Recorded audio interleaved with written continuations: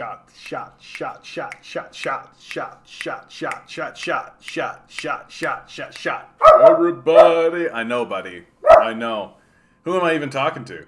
Who am I even talking to? Milo's back in the house, everybody. Milo's back in the house. He's such a cute little boy with a cute little face.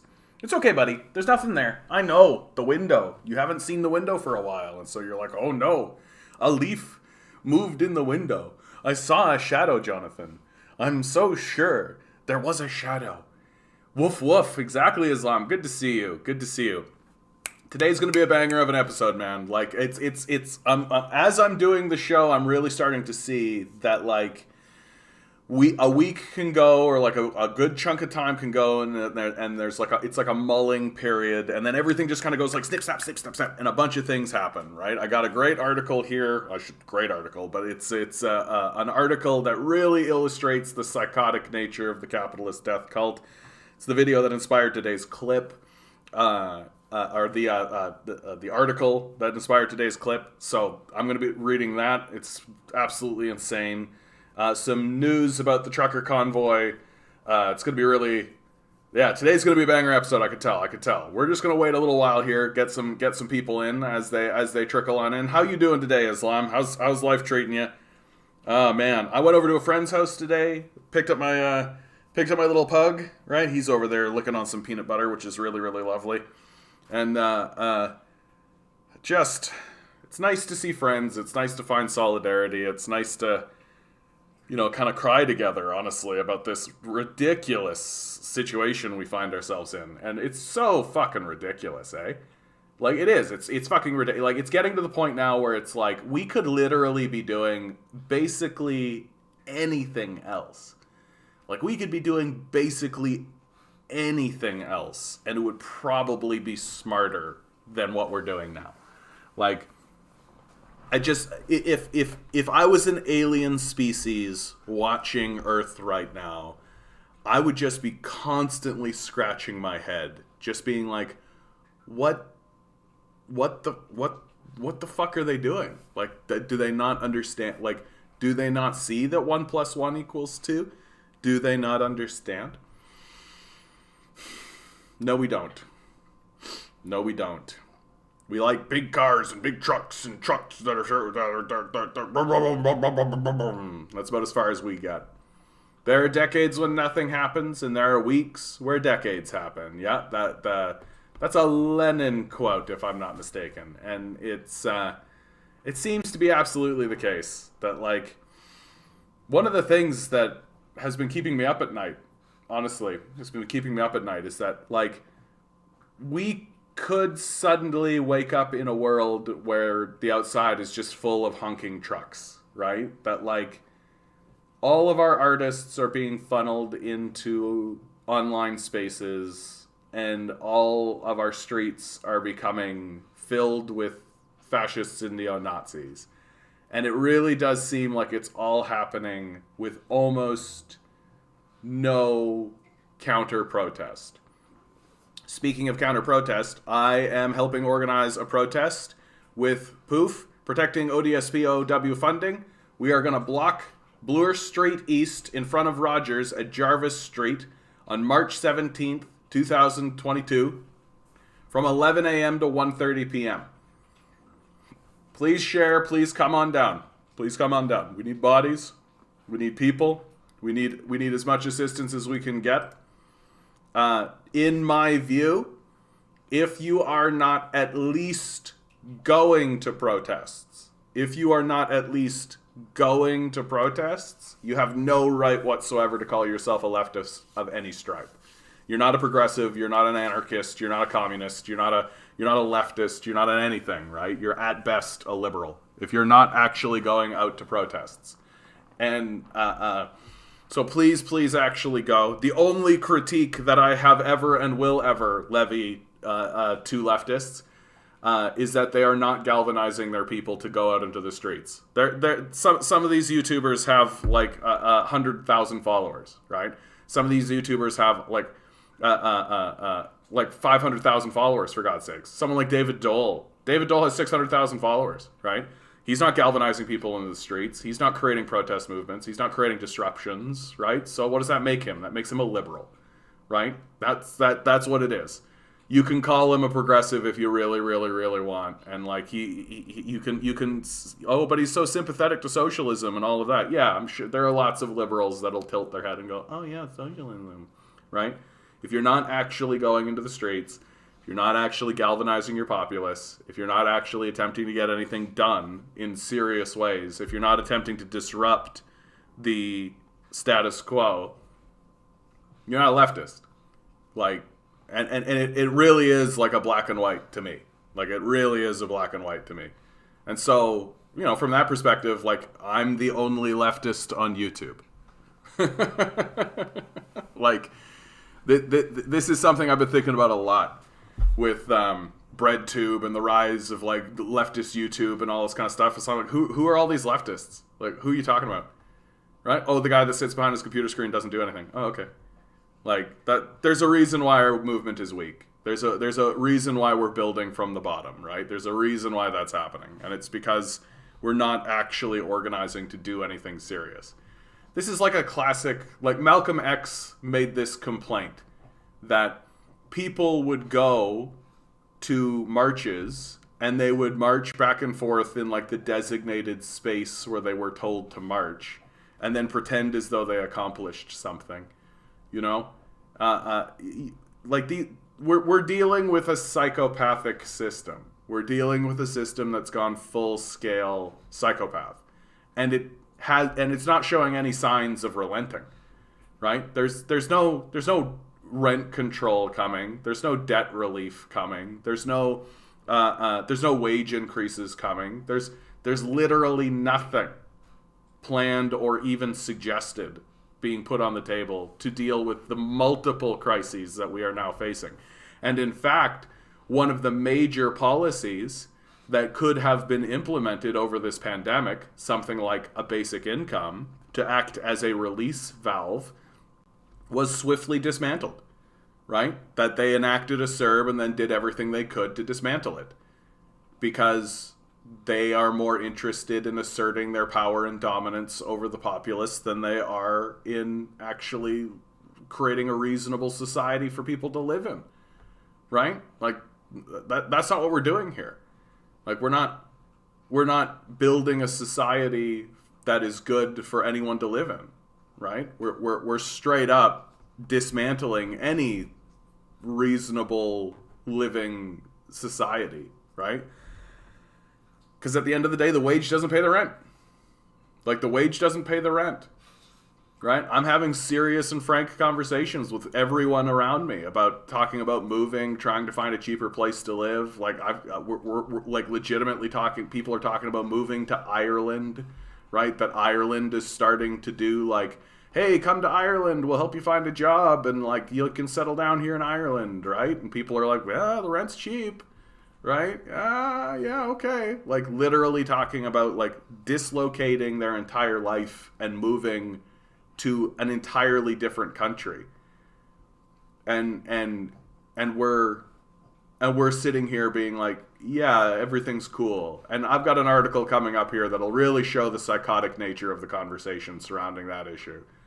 Slovak president made agreement with U.S. allowing them to use military airports at Siliak and Kuchina free of charge. Well, there you go. The Slovakia. I know where Slovakia is, I believe. Hold on. Let me see if I can just find Slovakia. I'm gonna be really happy with myself if I can just find it. Slovakia is over here for sure. Dude, I was right. Slovakia. I'm the coolest. I'm the best. Oh yeah, okay. Made agreement with the U.S. allowing them to use military airports. Oh, yeah, okay. I mean, that could be... That's a tricky one. Because, like, that could be offensive or it could be defensive, right? Like, America... Like, this is the problem with this situation, is that America isn't really signaling itself very well. Putin is signaling exactly his intentions, right? He straight out has said that if Ukraine joins NATO, that is cause for war. right? Like, straight up. Like, he's being very clear with his intentions. He's not obfuscating anything.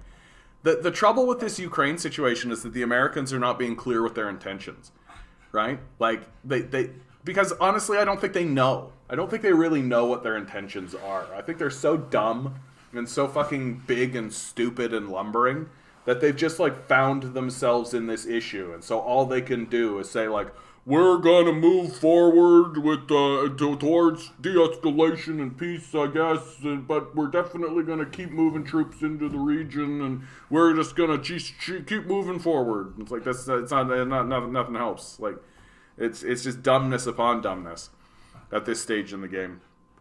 What's most I recently saw, yeah, they just want to stop the pipeline. I've heard that. Michael Hudson has been saying that.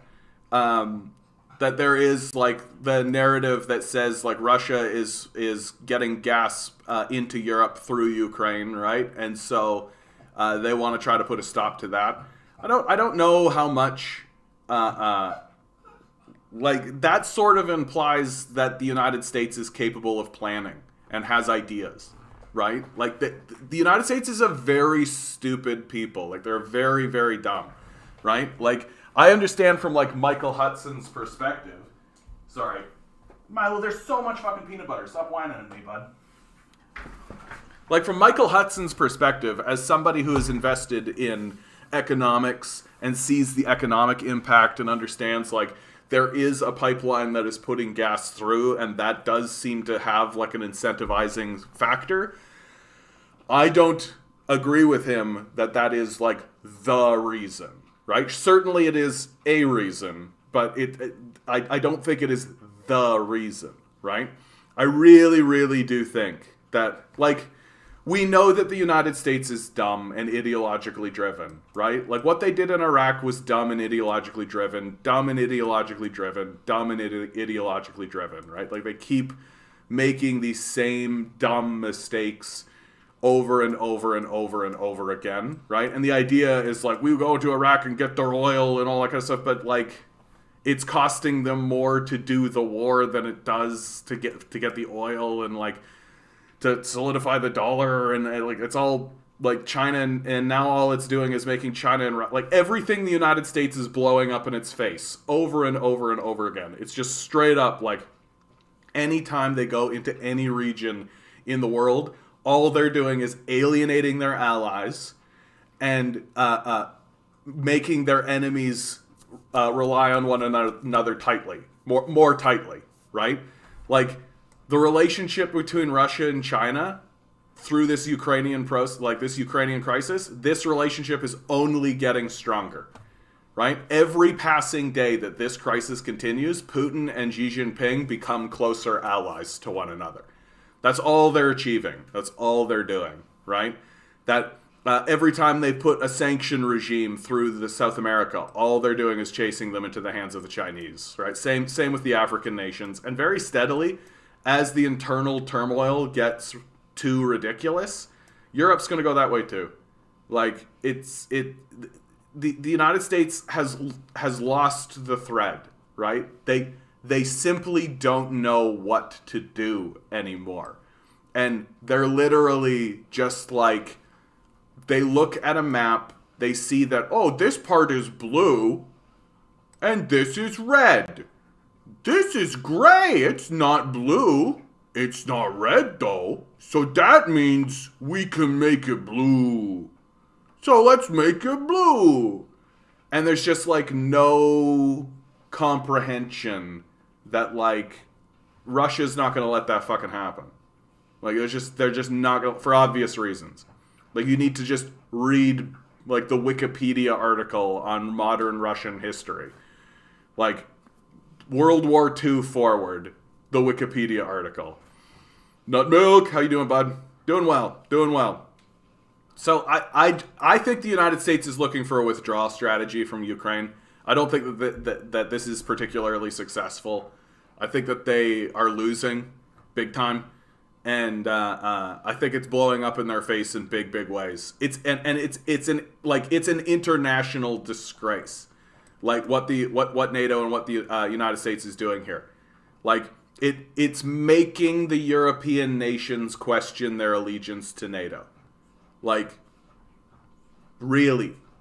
And because Europe doesn't want a full-scale war.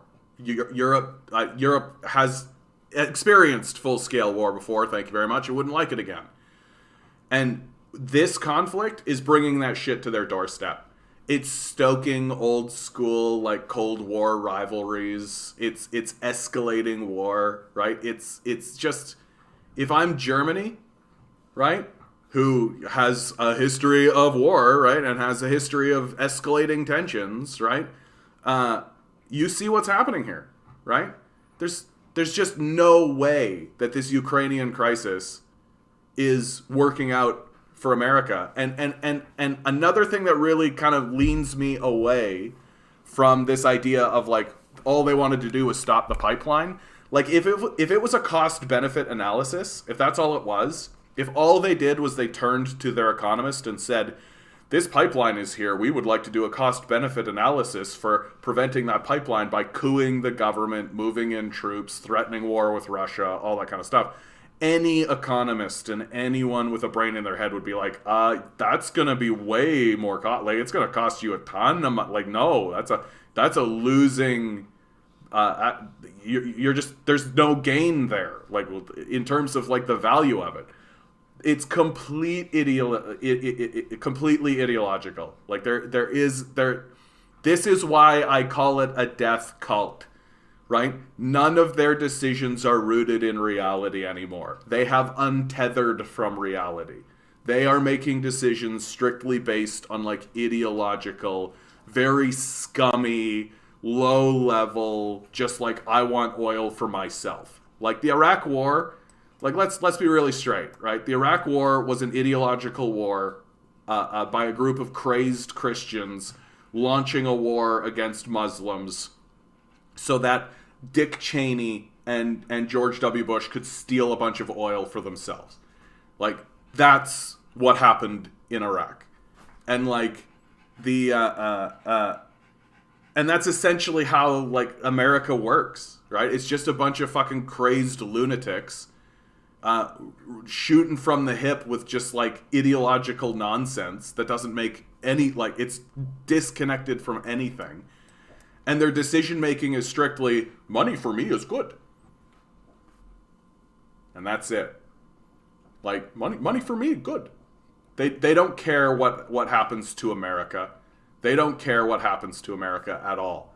Like, they don't care that America is turning into a disgraced, failed state. They don't care that it's collapsing into fascism. They don't care. It's literally like, oh, we can drop bombs in Ukraine and that'll make money for the people who want to drop bombs in Ukraine. Yeah, great. Like, I've even heard commentators being like, yeah, they pulled out of Afghanistan, so they don't really have any targets to bomb anymore. And the bomb makers are being like, come on, we got to drop bombs. We can't build bombs if you don't drop bombs. We got to drop bombs. And so they're just like, okay, I guess Ukraine is a fine place to drop bombs. That's fine. Right? Like, the U.S. is so just pathetically driven by strict worship of money that they're literally just looking around for places to drop their bombs. Like, that's it. That's the and that's the extent of their thinking process. Like, they don't plan. Like, they literally do not plan. They're if things would be going a lot better for them if they did. Frankly, like, for God's sakes, like, think about how dumb it is from a, like, national security position to ship all your manufacturing over to China, right? That's incredibly dumb, because now the United States is in a position where they're completely beholden to China. Like, they can't go to war with China. They can't actually cause problems for China. They have to actually kowtow to China. Why? Because if China wanted to collapse the United States economy, it could do it in a day, right? We are going to stop trading with you. Utter destruction. Complete and utter destruction.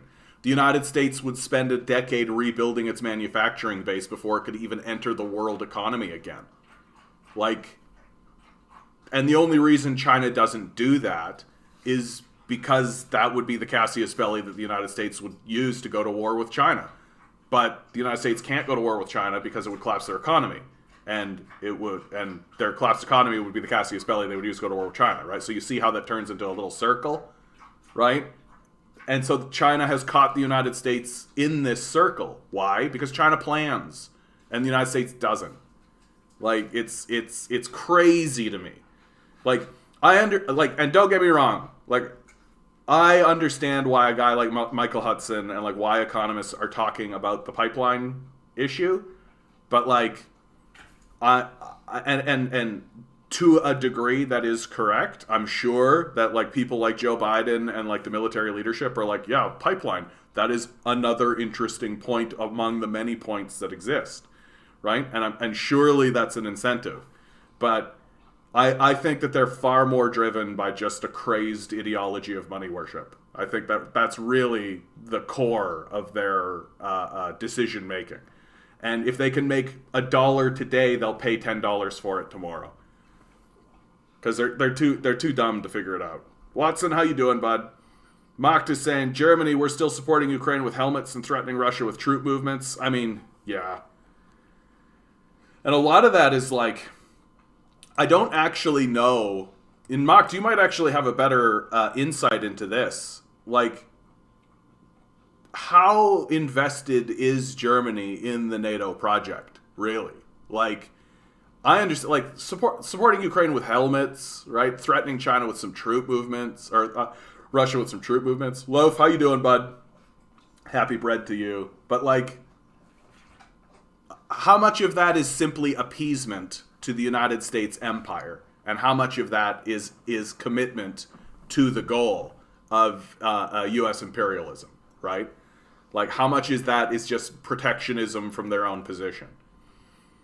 Imperialism, the highest stage of capitalism by Vladimir Lenin, should be required reading on this subject. Yeah, exactly, Watson. Watson, man, the more and more that you comment in the chat, I gotta tell you, you've read a lot, dude. I can tell. You're constantly throwing out, like, bits and all this kind of stuff. Yeah. Germany rebuilding its military right now? Oh, good. Nothing better than a German military, right? Nothing can go wrong.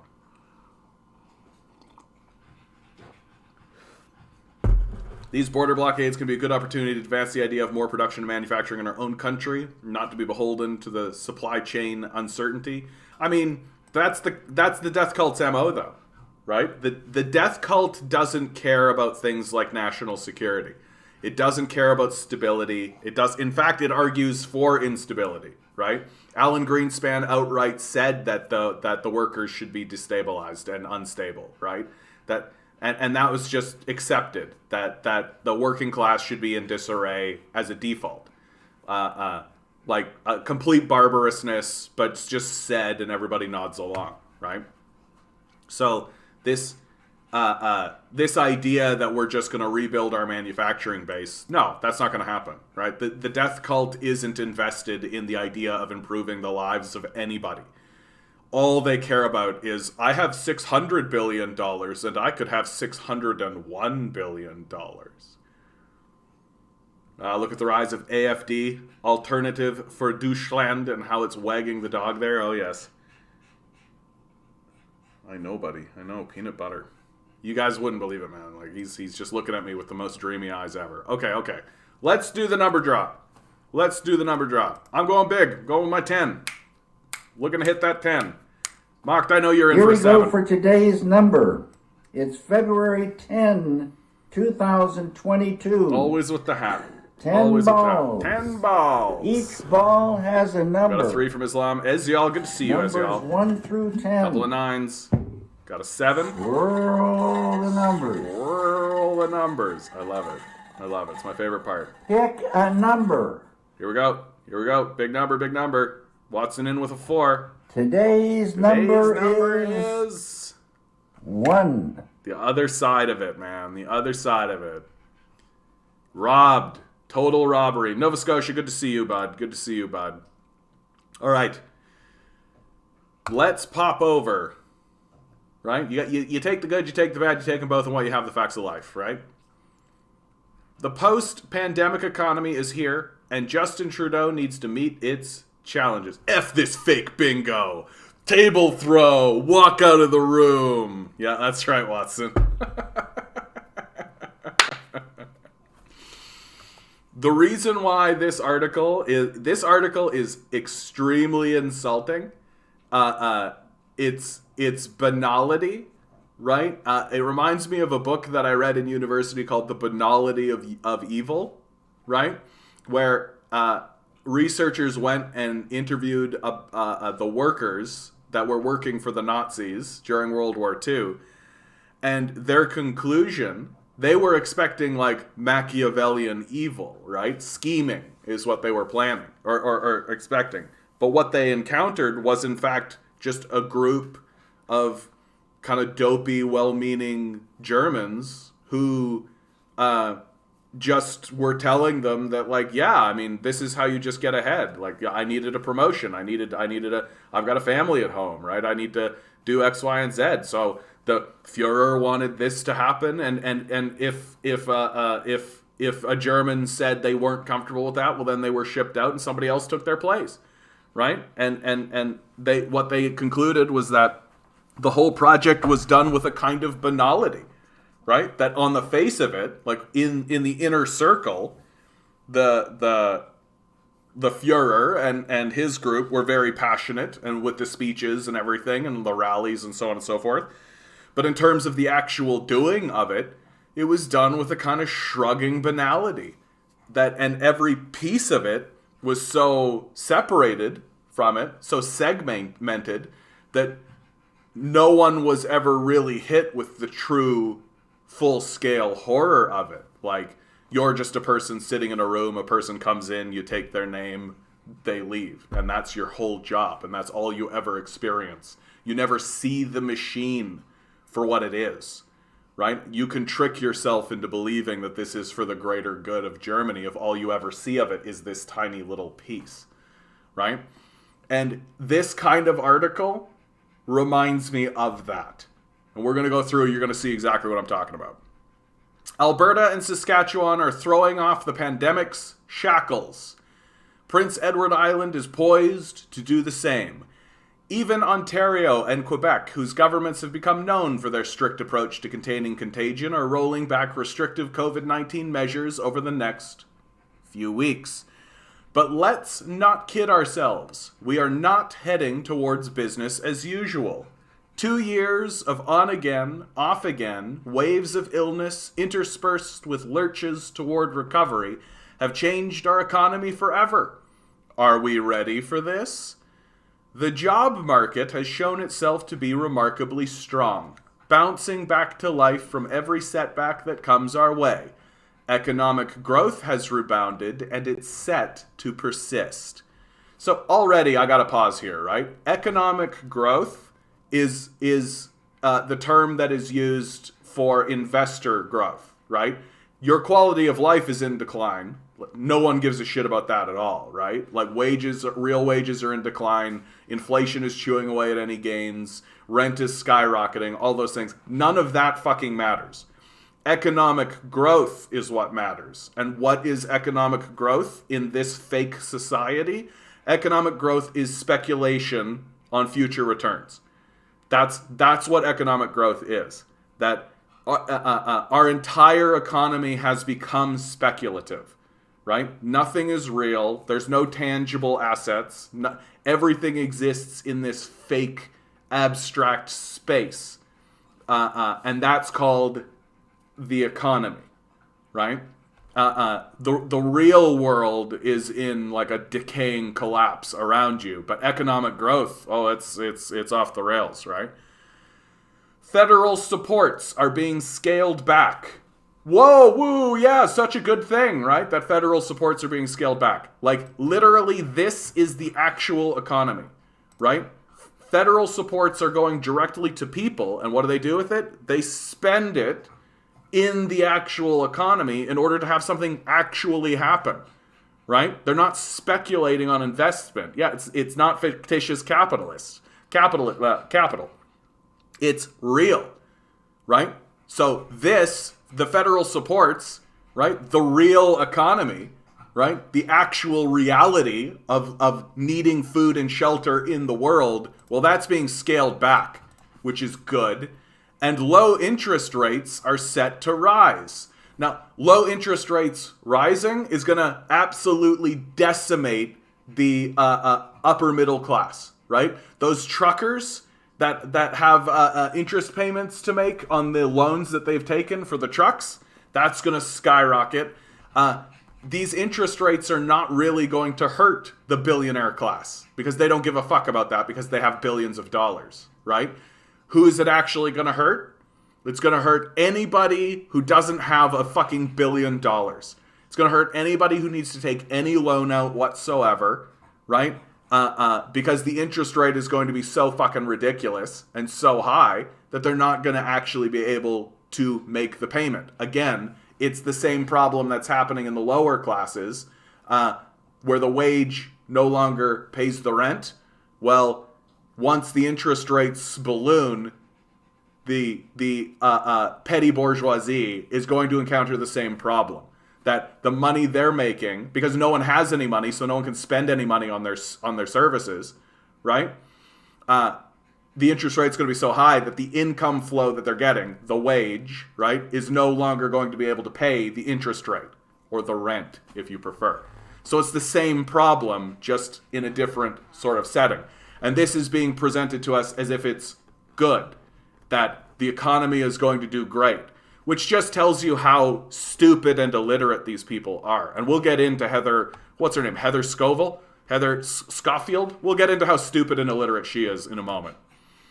As both fiscal and monetary policy authorities act on their belief, it certainly is a belief, a death cult ideology, no doubt, that the economy is getting ready to stand on its own 2 feet. If you think that's true, you're a lunatic. Like, you're out. It wasn't doing it in the first place. It wasn't doing it pre-pandemic. There was already huge levels of homelessness, poverty, the disabled being abandoned, the elderly being abandoned. That was already happening pre-pandemic, right? And now you're telling me that post-pandemic, when nothing has changed, the economy is getting ready to stand on its own 2 feet. It's a fake financialized system that doesn't fucking exist.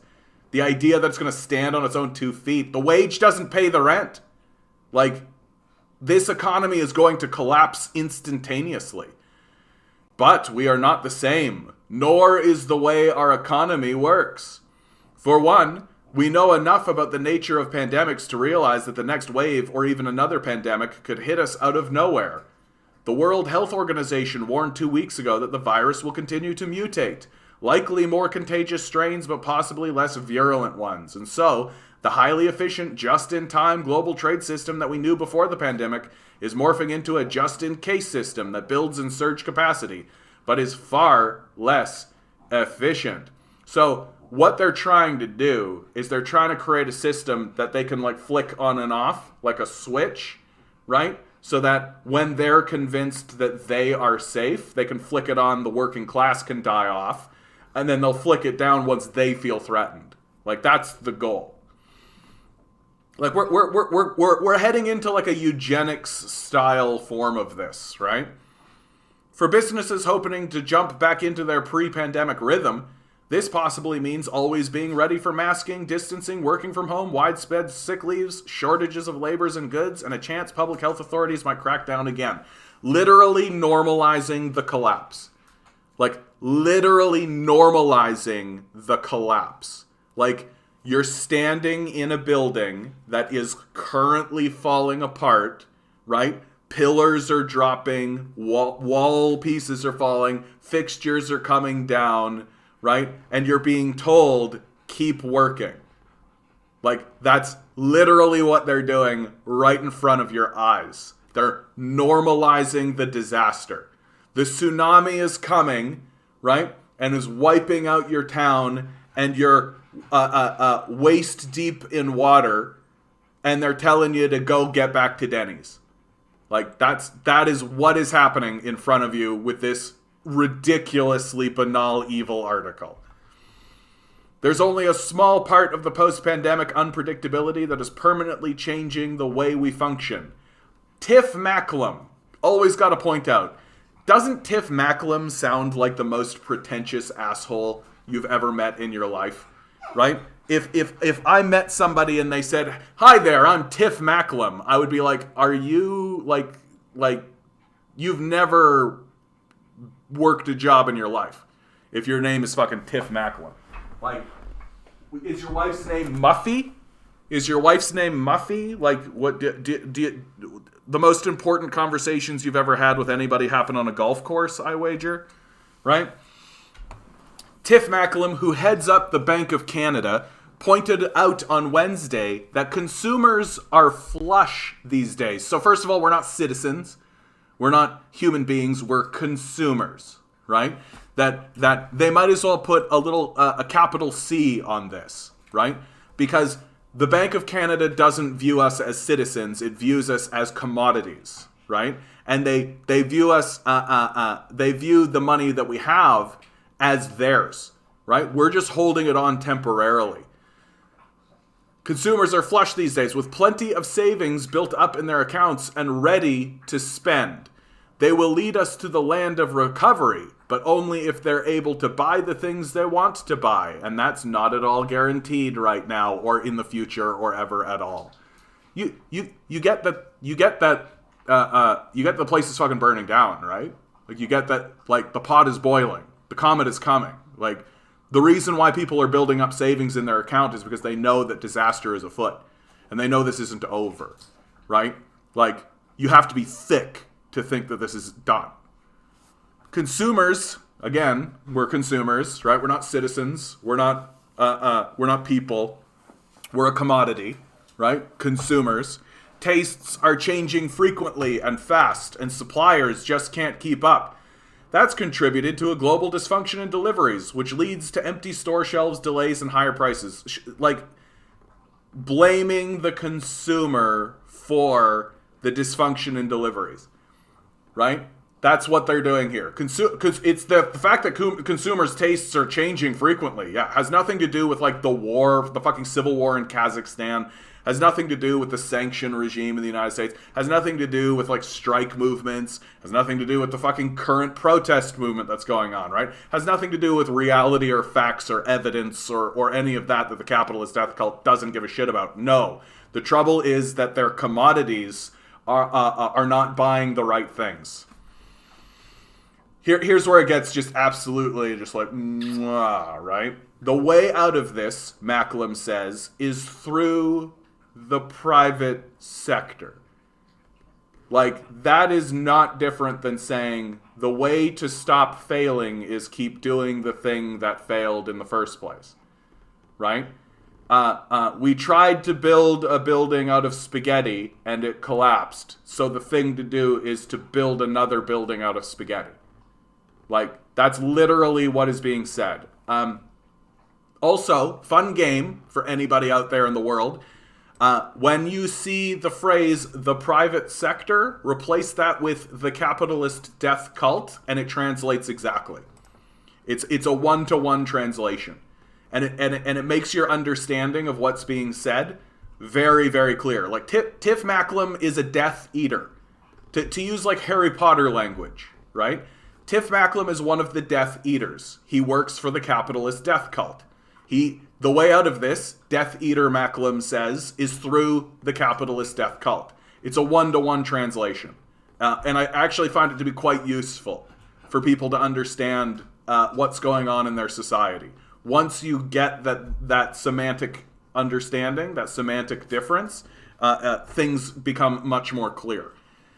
Yes, he and other central bankers will do their part to cool off consumers, not citizens, by raising interest rates soon, right? So collapsing the middle class economy.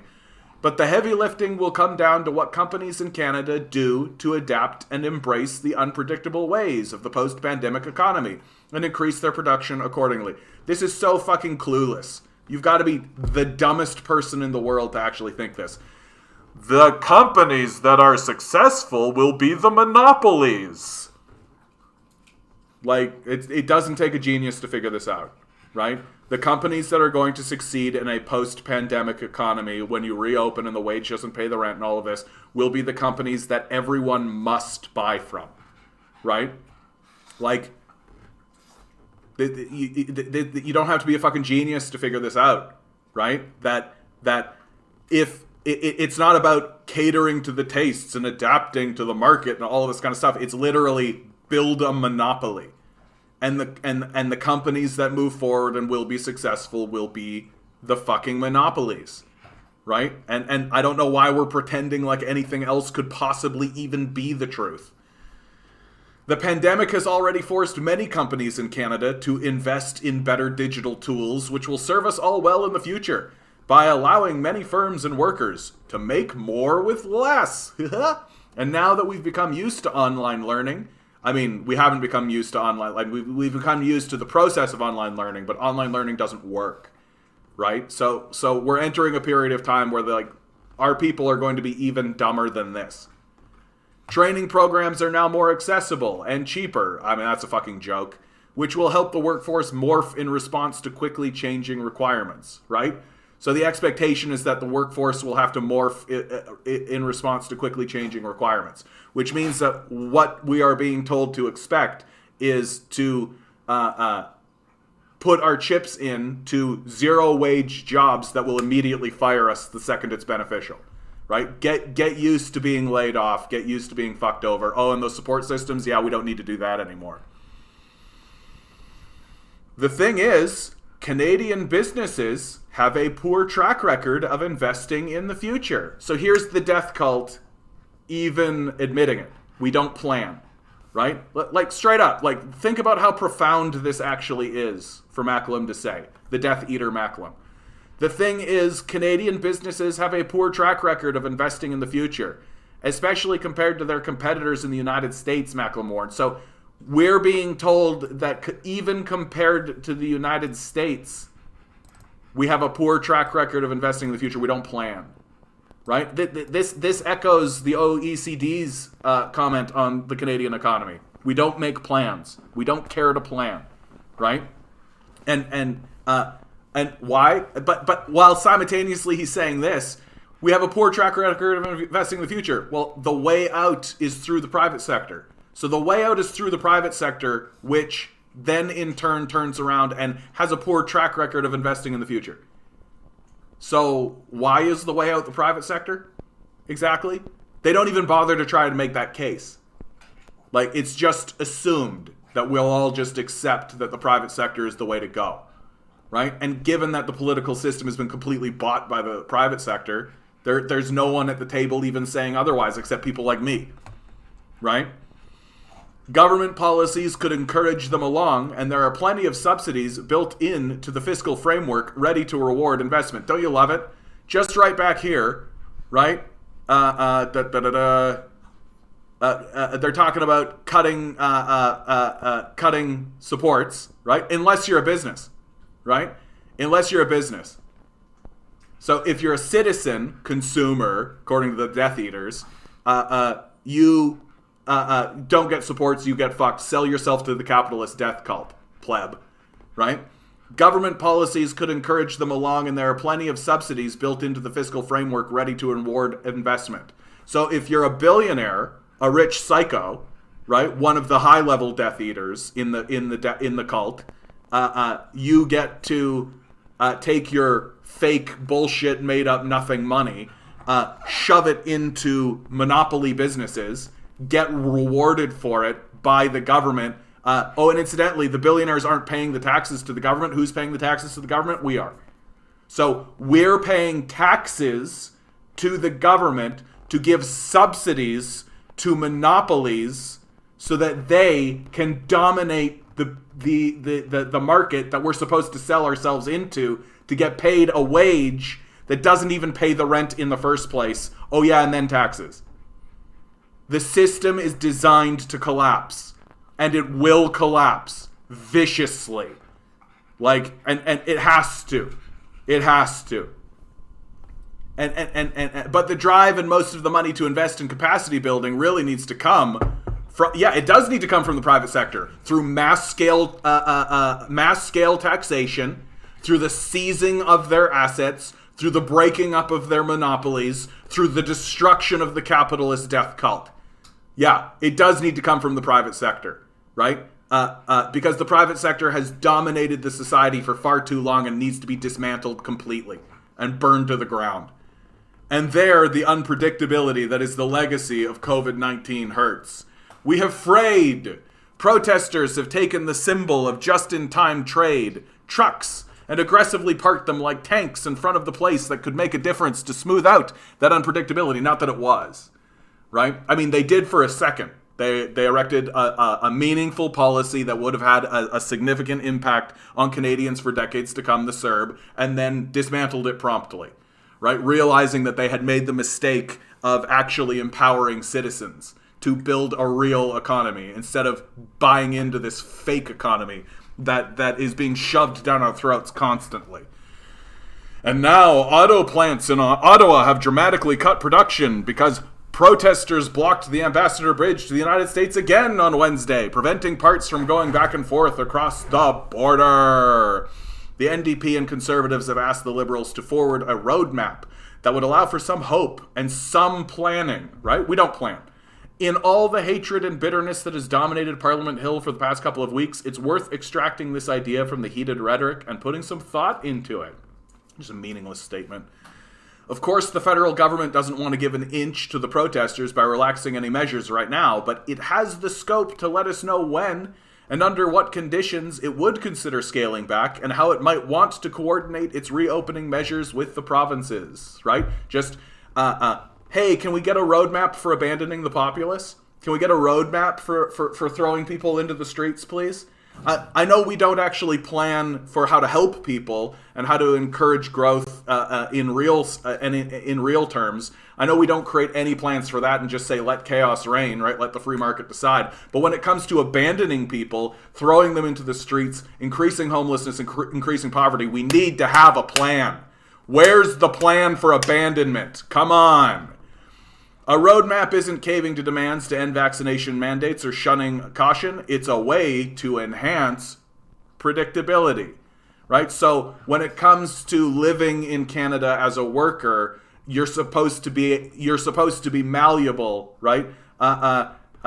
You're supposed to what did they say up here? Right? Yeah, the workforce is supposed to morph in response to quickly changing requirements, right? So we just have to deal with unpredictability, right? That's what we're being told as workers. So we just have to deal with unpredictability. But the poor monopolists, the poor billionaires, they need stability and predictability in the process of abandonment, right? That's what this article is explicitly stating.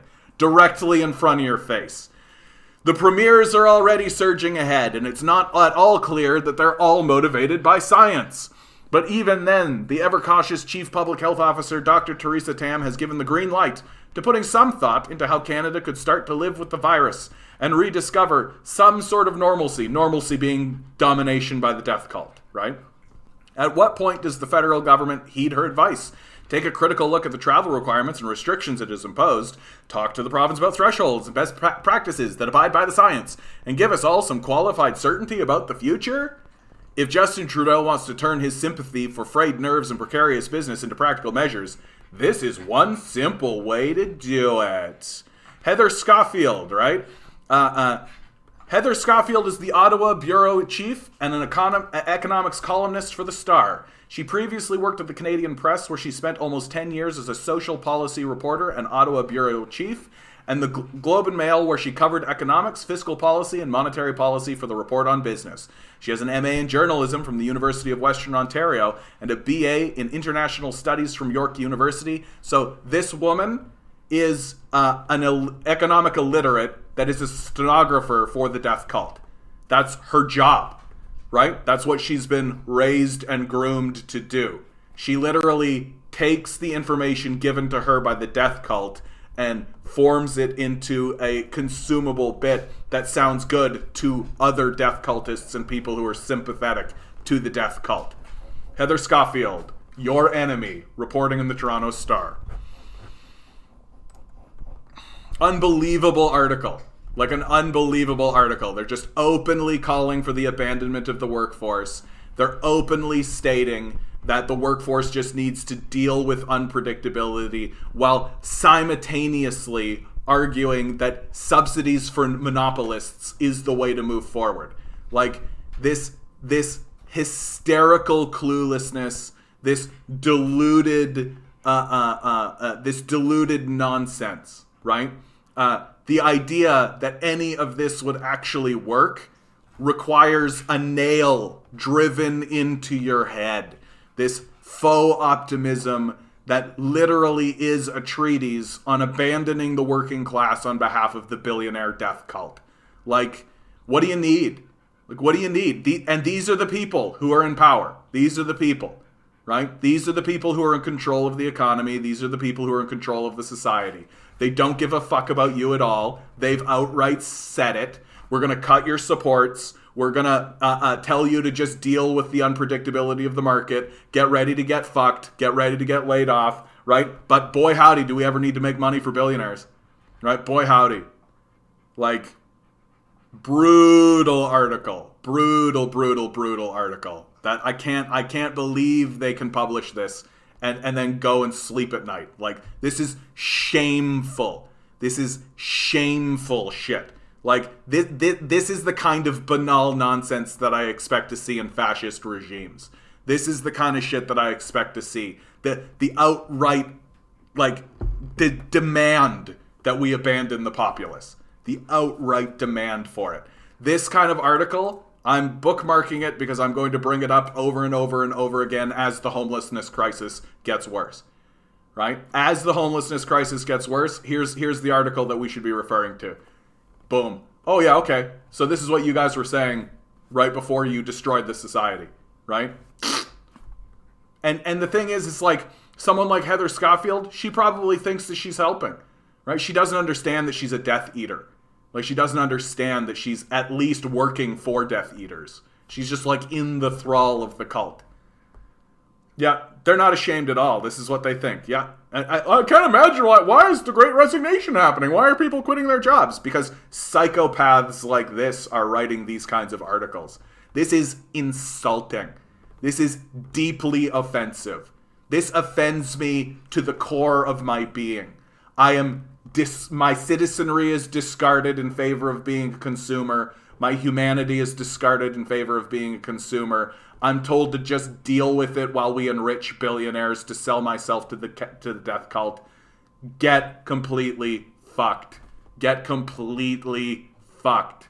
Anybody who writes like this, like, yikes. Yikes, yikes, yikes, yikes, yikes. I mean, I should thank her, because all she's doing is fueling the revolution, right? Like, this isn't helping. Like, this isn't helping her.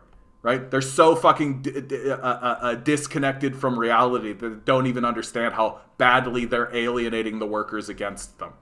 Like, absolutely fucking brutal. Now, and the Toronto Star isn't liberal anymore. It was bought by two guys who are Doug Ford contributors. So it's as far right conservative as everything else is now. What have you guys been saying? What have you guys been saying? Big chat, big chat. In capitalism, even the petty bourgeoisie will eventually be pushed into the poverty class. Yeah, that's like it's a whirlpool, right? It's a whirlpool. Does it not indicate the relative weakness of an economy that cannot stand interest rates at, say, 5 to 6% instead of 10 to 50% during the 80s at the Volcker shock? Yeah, our economy is incredibly weak. Like, it's and it can't respond rationally to crises. Anything pushes it over, right? Because it's not based on anything real. And then when reality asserts itself, it just destroys the entire fake economy that exists. In capitalism, there's only the bourgeoisie and the working class, no in between.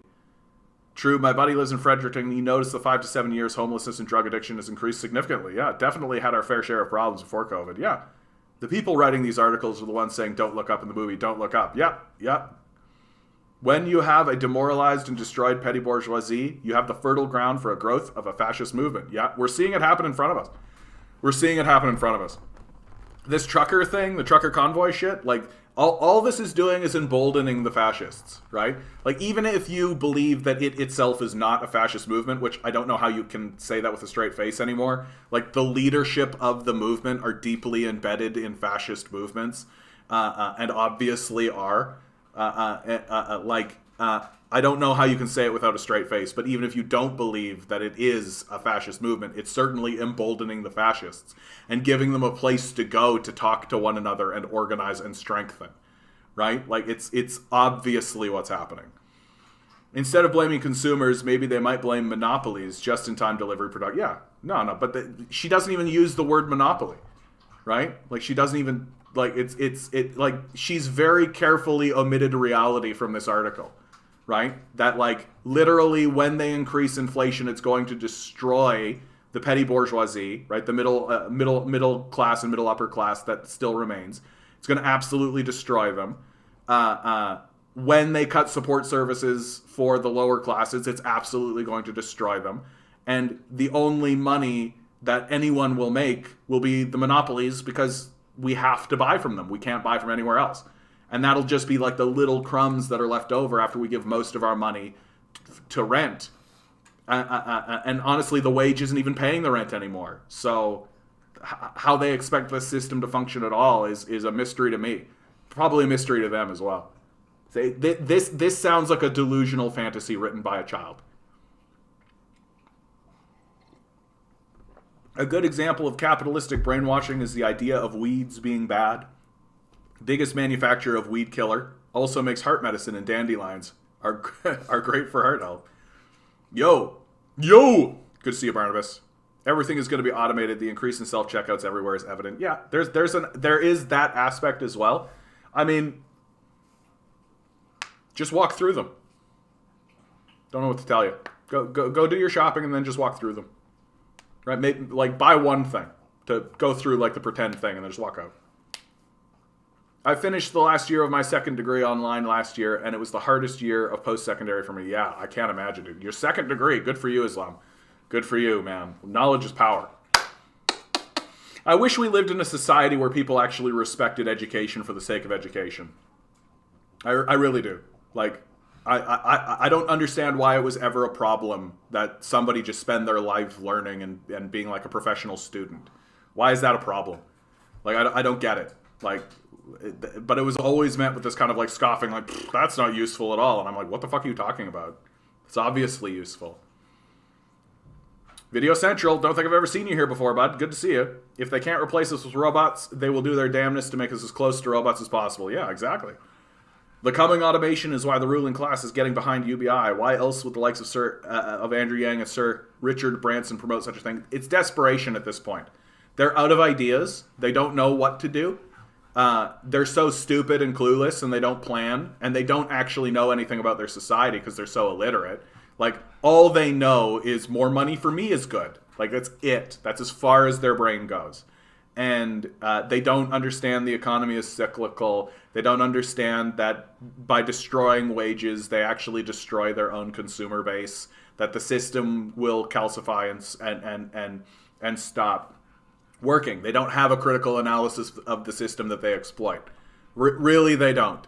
Like, these people are in the positions that they're in because of just a series of events that they grabbed a hold of, the opportunity that was put in front of them. But, like, they seem to not understand that in a system where if you have money, you can just make more money. They had money and they made more money with it. Like, it doesn't seem to actually key in to the way they think about things. And so in their desperation to actually have an idea, they'll do something like a UBI. But then, of course, they'll do everything they can to destroy every other aspect of it, right? Like, oh, so we'll give you a UBI and then privatize the healthcare system, right? We'll give you a UBI and then increase police funding and all that kind of shit, right? So, like, we're going to make sure that you can have the base subsistence of food and shelter and nothing else. And then fund a robust police force in order to beat you up when you realize that you're being fleeced. But John, the future is expensive and cuts into profits. I know, right? I know, right? Why is the private sector the way to go? I would surmise that Miss Scofield has a large and monopolistic stock portfolio. Yep. Well, I mean, she's clearly bought in. Like, she's clearly bought in. Like, for God's sakes, like, just reading this, right? She spent 10 years as a reporter in the Ottawa bureau chief, like the Globe and Mail. She's got an MMA in journalism, a BA in international studies. Like, her entire life has been a series of just saying, yes, sir. That's it. Like, she went through elementary school and middle school and high school saying, yes, sir, right? Then she went to university where she said, yes, sir. And then she got her master's saying, yes, sir. And then she went to work at the Globe and Mail where she said, yes, sir. And now she's working at this job where she just says, yes, sir, right? She's just an obedient little pleb. Like, she's not even a Death Eater. Like, that's what's so embarrassing about her, right? She's not even one of the Death Eaters. She's literally some stupid assistant who's too dumb to realize that she works on behalf of Death Eaters, right? That when she looks at them and they have like a little sparkly like glamour that they use in order to make themselves look good in front of her, and she's too dumb to realize that that's the case because her whole life has just been a series of capitulations, so that now she's stuck in like a Stockholm syndrome's place where she thinks that like that her abusers are good, right? Like, that's where she's at. Like, if she was a Harry Potter character, she would be like Bella Lestrange's, she's like that reporter. What was her reporter name? There's like this reporter that kept showing up, right? That's who she is. She's not even at the meetings. Like, she's so fucking stupid and low level and embarrassing. Constant revolutionizing of production in uninterrupted disturbance of all social conditions, everlasting uncertainty, and the agitation distinguished the bourgeoisie epoch from the earlier ones. All fixed, fast-frozen relations and their train of ancient and venerable prejudices and opinions are swept away. All new-formed ones become antiquated before they can ossify. All that is solid melts into air. All that is holy is profaned, and man is at last compelled to face with sober senses his real conditions of life and his relations with his kind. Oof. What a baller. What a fucking baller. Sure, we won't have air to breathe in 50 years, but I need another purse to complete my collection. Yeah, exactly, eh? Exactly, sweetie. Go buy. Come on, you're not living if you're not buying, right? You're not living if you're not buying. Sounds like the flexible workforce is just a buzzword for uncertainty and agitation. Yeah, exactly. And this is from the liberal Toronto Star. Oh, yeah. We've been through that. They're not liberal anymore. They're conservative all the way. Not that it matters. Like, the difference between the liberals and the conservatives is, like, one wraps themselves in the Nazi flag and the other one keeps the Nazi flag in the back room. That's the difference. Flexible workforce equals uninterrupted disturbance of all social conditions. Yeah, she's Jim Cramer without the sense of humor. An echo chamber of the death cult. Yeah, they're not ashamed at all. Yeah, this is what they think. Yeah, as evidence for the future war crimes tribunal. Yeah, no shit, eh? Do you think the biggest divide in the working class is ownership of homes and businesses? The truckers aren't technically working class. They own their rigs, so they identify with billionaires first. Is it necessary to win over the petite bourgeoisie? No. We outnumber them. Like, straight up, like, we outnumber them. There's a political reality that's at play here, okay? Like, in all political structures, in all political senses, politics is a numbers game, exclusively. Like, boom, doesn't matter. If I show up with 10,000 people and you show up with 1,000 people, I win. And you can fuss with the numbers and futs and do all that kind of stuff, but if I show up with 10,000 people and you show up with 1,000 people, I win. Like, that's all it comes down to. And we need to build a movement that's so robust and resilient that it makes the protest that they're doing at Ottawa looks like baby's first protest. Right? The only reason this protest that they're doing at Ottawa it has any impact at all is because they have big fucking trucks and are honking horns all the time, right? There's only like 8,000 of them. Like, that's not actually that many in the scheme of things, right? It's well organized, it's considered, but like under Mike Harris, way more teachers showed up, right? Like the idea that the left, like during the climate change protest, There were like 100,000 people in this city alone. Like, the idea that like the idea that we need to win over the petite bourgeoisie. No, we don't. We outnumber them significantly. Significantly. Like, and at this point, I don't think we can. Like, I think they're lost. That would be like trying to tell me, like, you know what we need to do? We need to win over Renfield, right? That Dracula's thrall, Renfield, what we need to do is convince him that Dracula is bad, and then he'll turn to our side and fight against Dracula. No, he won't. Like, no, he won't. He's in the thrall of the death cult. Like, the petite bourgeoisie is in the thrall of the death cult. They're not suddenly going to go like, wait a minute. That's not going to happen.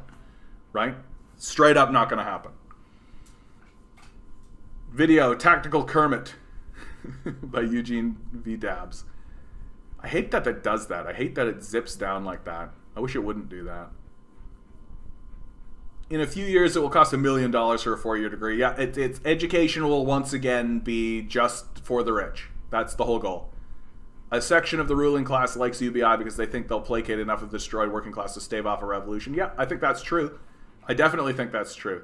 And I mean, I actually think it would be very effective for that reason. And it's quite telling that they can't, right? It's quite telling that they won't do it, right? Because they're so disconnected from reality and they're so disconnected from what's actually happening in their own society that they can't even pass the most basic piecemeal of reforms, right? Like, this, I've been saying it all along, right? The reason a revolution will occur will not be because we create some kind of argument that makes everybody go, that's right, let's go there and do that. It's literally going to be that the people will be abandoned, right? And of course there's all kinds of things that we can do to prevent the abandonment. Of course there's all kinds of things that we can do to avoid the abandonment. But we're ruled by psychopaths, so they're not going to do it. Once you recognize that you're ruled by psychopaths, then you understand what's going on. Because they get pleasure from spreading misery. Schadenfreude is real. I'm mispronouncing that for sure. But it's a real thing. Causing people misery and suffering gets them off. So they're not capable of improving people's lives because they don't want to do that. To them, that's like, UBI would be interesting. What if 1,000 people took their UBI and bought a shopping mall, living communally? Yeah, there's all kinds of things that we could do if we actually had the resources to be able to do it, right? But I have not seen Mr. Robot, and the reason I have not seen Mr. Robot is because what I have seen of Mr. Robot, I know for a fact that it's going to throw me into a into a depression. I that happened to me with There Will Be Blood.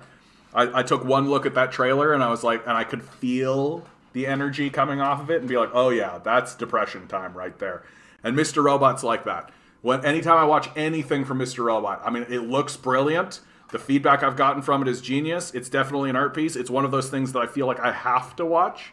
Just like Breaking Bad, right? I felt like I had to watch Breaking Bad and I had to push through it, and I finally did.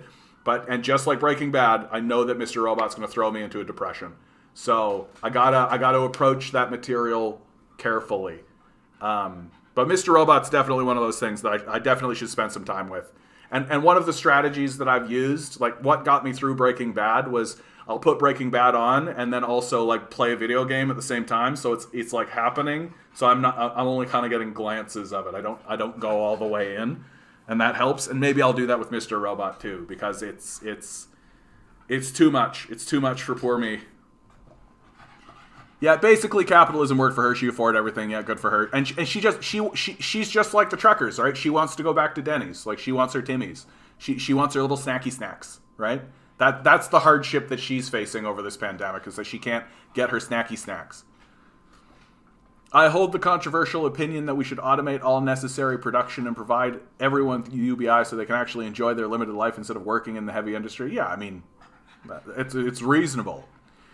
Liberals differentiate themselves from the conservatives. They claim to oppose along cultural identity lines. On the class issue, they're in lockstep. Yeah.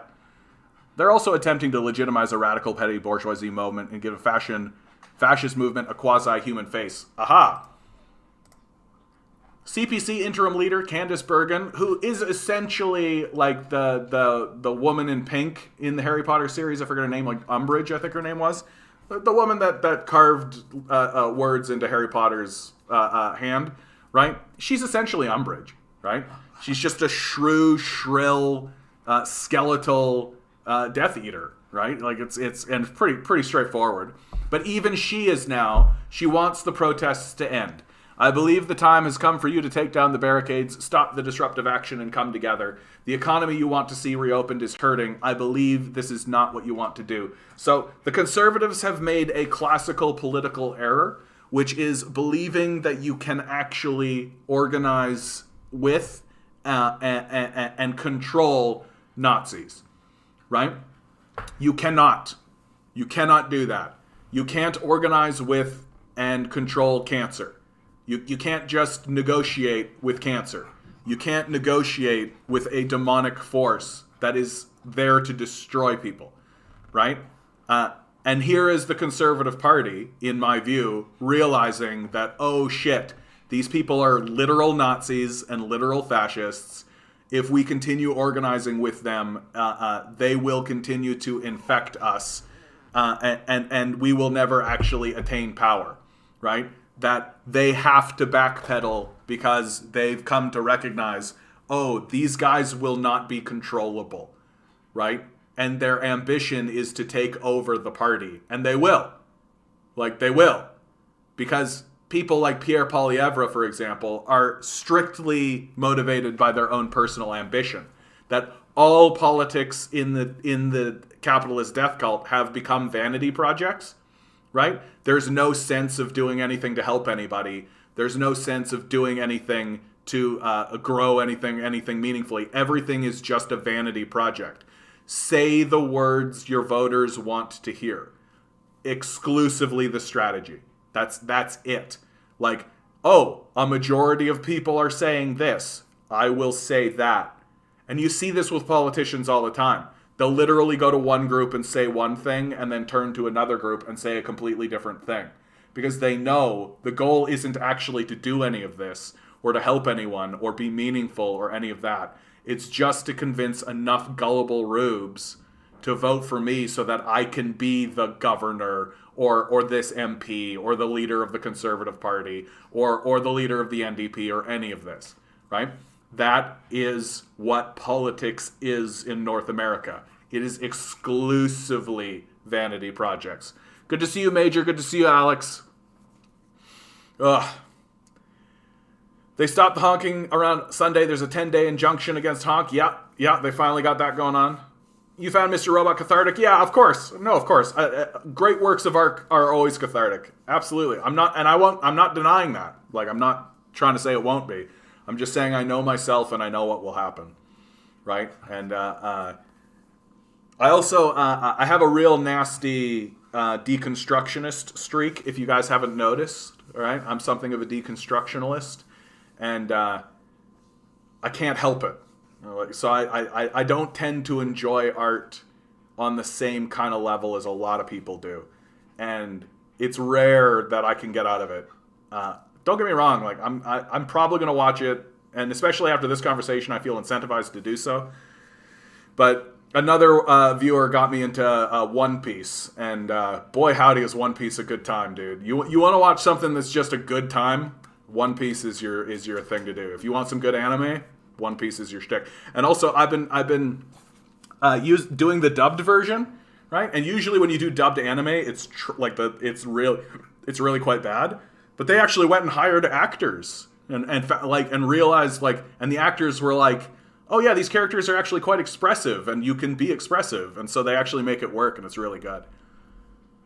There's a Willow TV series in production and Amazon is going to desecrate the high kings of, yeah, of course. No, and capitalism can't help itself. It has to destroy everything. And it can't not. Although like Willow from Buffy the Vampire Slayer, that could be good. It would seem Candy realizes that Frankenstein monster they've championed and the ruling class donors' profits are getting hurt. Yeah, they can't control it. Like, they can't control it. A PP, Pierre Poilievre, Bergen split, or does PP agree? I think PP's keeping his head down, right? This is part of the beauty of the interim leader, right? The interim leader can take bullets, right? Real capitalists telling fake capitalists to get back to work, exactly. I was caught up to One Piece at one point. Wow, crazy. Smokey and the Bandit. Smokey and the Bandit, man. Been forever since I've even heard of Smokey and the Bandit. Federal conservatives reverse course on supporting trucker blockades, call for an end to the barricades. This is an interesting article just because it's really good at deflecting narrative, right? That the real narrative is that the conservatives can't control the Nazis. They can't control the fascists, right? They wanted to be able to, but they can't. The federal conservatives reversed course and called for the trucker blockades at border crossings to end, as the crisis has grown ever bigger with a third demonstration in Manitoba, joining those in Alberta and Ontario. I'm asking you to take down the blockades, interim conservative leader Candice Bergen said in the House of Commons Thursday morning. It's time to remove the barricades and the trucks for the sake of the economy being the wealth of the billionaire class. Before her election as interim leader, Miss Bergen met with the protesters blockading downtown Ottawa last week and called them passionate, patriotic, and peaceful. She has since called on Prime Minister Justin Trudeau to extend an olive branch to the demonstrators and meet with them. To all of you who are taking part in the protests, I believe the time has come for you to take down the barricades, stop the disruptive action, and come together. The economy that you want to see reopen is hurting, she said. Farmers, manufacturers, small businesses, and families are suffering. No mention of the billionaire class, who she exclusively works for. I believe this is not what you want to do. Ms. Bergen said the message that protesters brought to Ottawa has been heard by the Conservatives, and the party will not stop until mandates have ended. Today, though, I'm asking, take down all of the blockades, protest peacefully and legally, but it's time to remove the blockades and the trucks for the sake of the economy. We believe it's the right thing to do.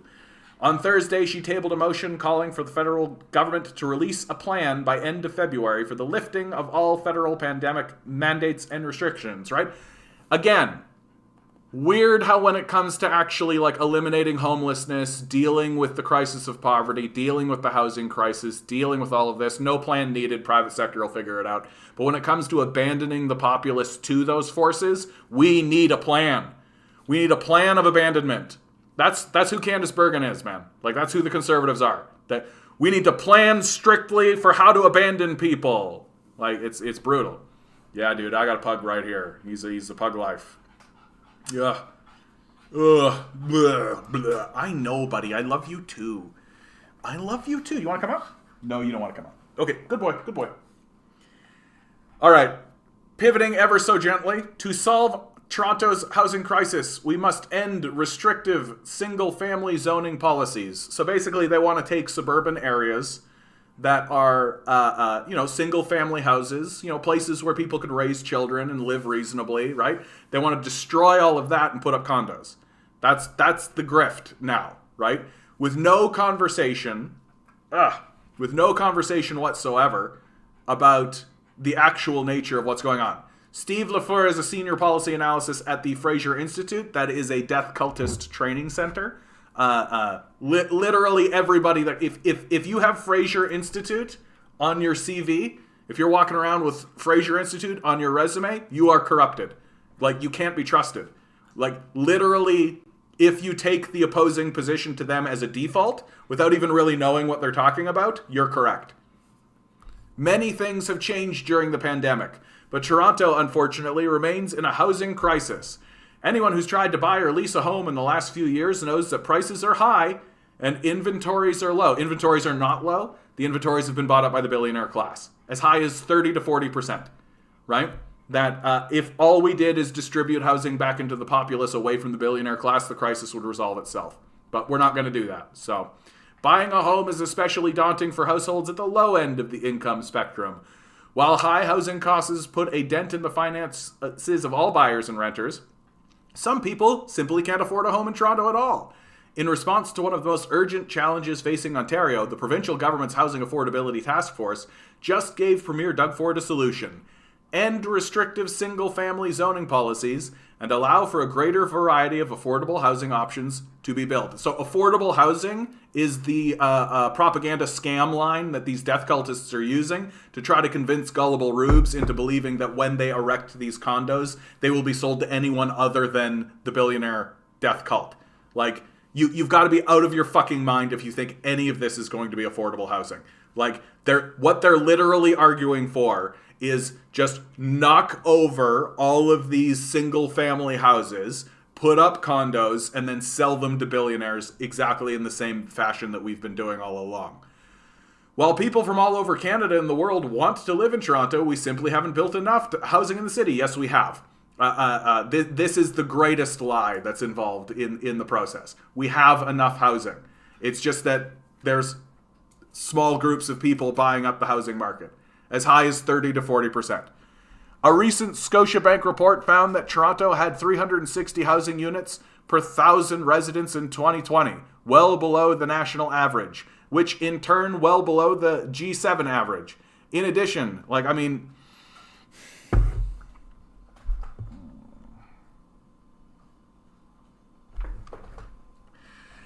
despite the ongoing condo construction boom, the number of units per person in Toronto is down slightly from 2016 in the wake of rapid population growth. It's not really population growth. It's immigration, right? Our population growth is actually in decline in real terms. Another report published by the Smart Prosperity Institute on October 2021 estimated that Ontario must build 1 million new homes in the next decade to accommodate population growth and household formation. That would require increasing the rate of construction by around a third more than the average of the past decade. And of course, the solution is to knock over housing and then build new housing, right? That's the solution. It's important to remember that if you look past Toronto's skyline, the city isn't that dense, right? So, literally, they just want to build and build and build when they don't fucking have to. They don't fucking have to. And it's a way for, and this, it's important to note that part of the grift that's going on here, right, is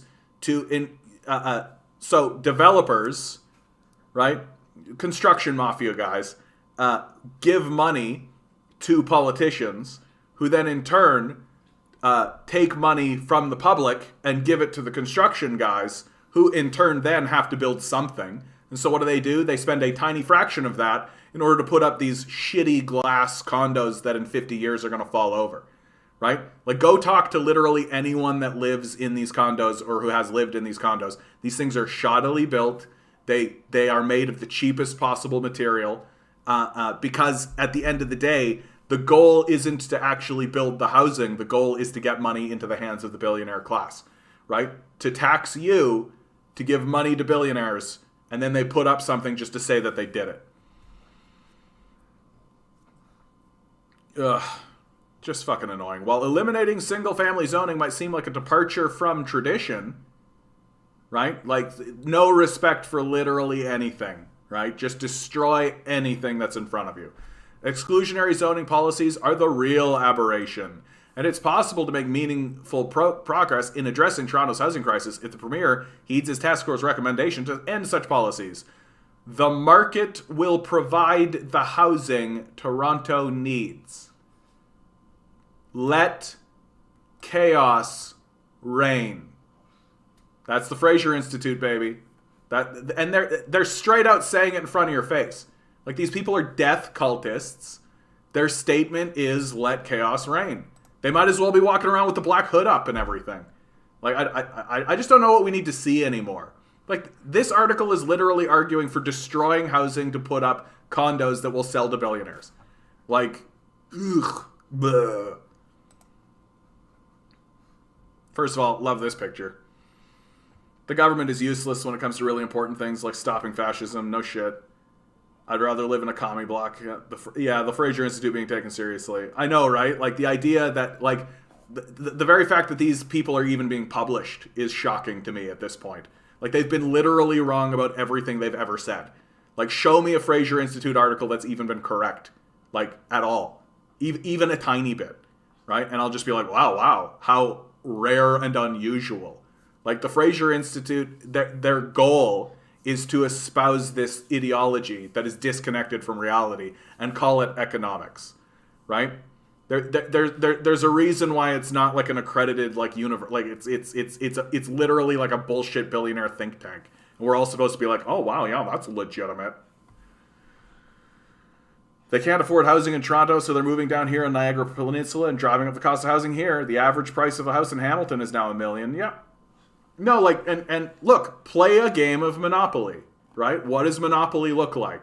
You have like 6 players at the beginning if you want to play a big game, right? Everybody goes around the board buying up property, right? People do like little trades and swaps with one another, and then they start putting up houses. Then they knock those houses over and they put up hotels. And eventually everybody gets chased out of the game except one person. That's what we're doing here. Developers like Mattame and Louisiana and DeSantis, yeah, exactly. Demolish, rebuild would be a good deal if the units were less than 10,000 and density could be increased 10 times. I mean, but again, like the density argument, all of the arguments are so pathetic because none of that housing is going to be given or purchased as affordable housing to anyone that can afford it. It's all going to get sold to the billionaire class because the billionaires don't have anything else to buy. So they're just buying up land, right? That's what's happening here. Maybe go full Ready Player One with piles of shipping containers. Yeah. At this stage, it's all good. The Fraser Institute that has regular columns in the Toronto Sun. Yeah. I mean, like, ugh. All right, I'm going to go use the bathroom real quick. Is this what I wanted? Is this... What the heck is this? Am I in the right thing? I had a video. Oh, yeah, here it is. I don't know what the fuck this is. That's hilarious. I'm going to get rid of that. This is a Rick Mercer riff on Pierre Poilievre's pension from the CBC. Classic Canadiana.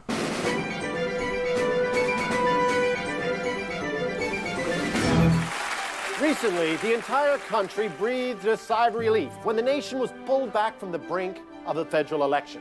But nobody breathed easier than Conservative Member of Parliament Pierre Poilievre, who will now qualify for a full pension the same month he turns 31. Pierre Poilievre, the workers of Canada salute you. Congratulations, Pierre. Yay, Pierre. I don't have a pension. Yes, very few Canadians qualify for a full pension at the age of 31. Well, in fact, there really is only one, and that man, Pierre Poilievre, which is why we wanted to throw a party for Pierre and get some fun stories from people who have worked with Pierre before he became a member of Parliament. Now, unfortunately, we cannot find any evidence that he actually held what most of us would call a job. So if you worked with Pierre at an actual job in any capacity, say as a co-worker, please contact us with a witty story so we can honor a great Canadian.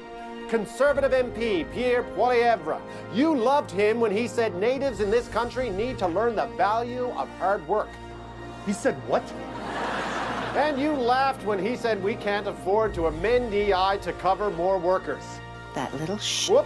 And you will cheer when he gets his pension. Am I paying for that? Yes, you were. Pierre Poilievre, one hell of a guy. One heck of a pension. Future Prime Minister, Pierre Poilievre. Pierre Poutine. Pierre Poutine. No, my pug's my pug's all cozy. I'm not gonna uproot him. I'm pretty sure that other video was the horrific metaverse ad I sent you via DM earlier. Oh yeah! Yeah, that's an old clip for sure. Forget it. Sorry, Loaf. I lost it. I don't want to search for it. Conservative provinces exploiting pandemic surgery backlog for privatization assault. No fucking shock here, right? Like, we're going to be privatizing the healthcare systems, right? Like, that's the goal here. That you can't actually have policies that actually help people. I love this picture, by the way, because it captures it, right? It captures the like soulless nature of the death cult. I actually should save this picture. Yeah, I'll just bookmark this and do that later. 17 in chat, 11 likes. Yeah, like, share, subscribe. Grinning, you're good for reminding me to do this. Like, share, subscribe. We get suppressed around here. Even YouTube, right, suppresses us. So if you don't share it, no one sees it. Tell your friends, tell your family. Let everybody know. If you've got $1 jingling around in your pocket, please be sure to send it my way. Every little bit helps. My rent recently went up, right? My rent went up $35. So I could really use a kick in the arm because it's all chewing around, right? It's all chewing. So think about donating. Becoming a Patreon gets you into the Discord, right? Amongst other benefits. If you can't have a public healthcare system when corporate tax cuts are necessary to fuel growth. Well, I mean, but it doesn't actually work. Like, that's what's so fucking annoying. Like, corporate tax cuts don't fuel growth. Like strictly, they don't. Like, why? Because when you give tax cuts to corporations, they take their profits and offshore them, right? Like, I can't think of a more effective way to destroy your economy. Conservative provinces exploiting pandemic surgery backlog for privatization. Assault. Can you weld? Following bombshell announcement in Ontario, health advocates warn offloading surgeries to private providers could open back door to two-tier healthcare. I knew as soon as I heard the voice of the doctor's assistant, Vicky Stewart recalls. In December, she got the call that her husband John's surgery had been cancelled. It was awful, she said. John was diagnosed with Parkinson's a decade ago and had been waiting for 3 years for deep brain stimulation, a major operation that could radically improve his quality of life. He takes around 40 pills a day, Vicky says, and between his tremors and falls and frequent hospital visits, life has been an emotional roller coaster. A month later in January, his rescheduled surgery was cancelled again, thanks to pandemic-related staff shortages in their hospital near Waterford, Ontario. We're not mad at the hospital, said Stewart, who works in hospital administration. It's just an unfortunate circumstance. But the Stewarts aren't alone. With hospitals overstretched by COVID-19, surgery backlogs across the country have soared. In the first year of the pandemic, more than 500,000 fewer surgeries were performed compared to 2019. In Ontario alone, delayed treatment has been tied to 4,000 deaths. With demand straining the public healthcare system, the Conservative-led provinces of Alberta, Ontario, and Saskatchewan are pursuing a contentious tactic to clear their backlogs, tapping private providers to do the surgeries and paying them from the public purse.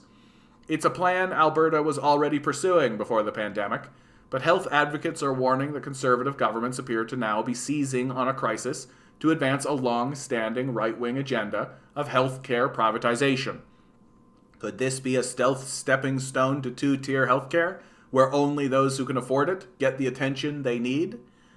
A bombshell announcement. When Ontario Health Minister Christine Elliott revealed her government's intention to hand over more surgeries and treatments to private companies in a press conference last week, she caught health advocates off guard. It's a bombshell announcement, said Natalie Mira, president of the Ontario Health Coalition, and it's one that we are going to fight with everything we have. As a first-of-its-kind policy in Ontario, Mira says that allowing private clinics to operate as more fully fledged private hospitals would be devastating, potentially paving the way for erosion of public health care. Ontario's surgery backlog isn't precisely known, but experts say that under the current capacity, it could take up to 2 years to catch up on delayed appointments and treatments.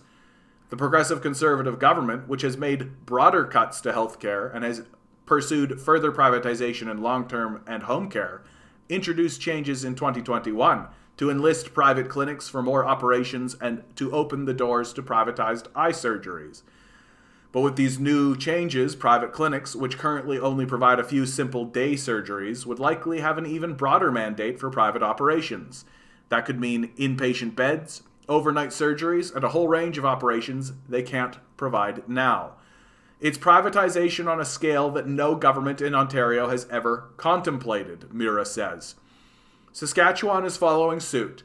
Facing a backlog of around 35,000 surgeries, the right-wing government of Scott Moe plans to cede certain procedures to the private sector. It's still deciding which ones and whether the changes will be permanent. And in Alberta, where Jason Kenney's United Conservative Party has made for-profit healthcare part of its party's platform, the threat is even more advanced.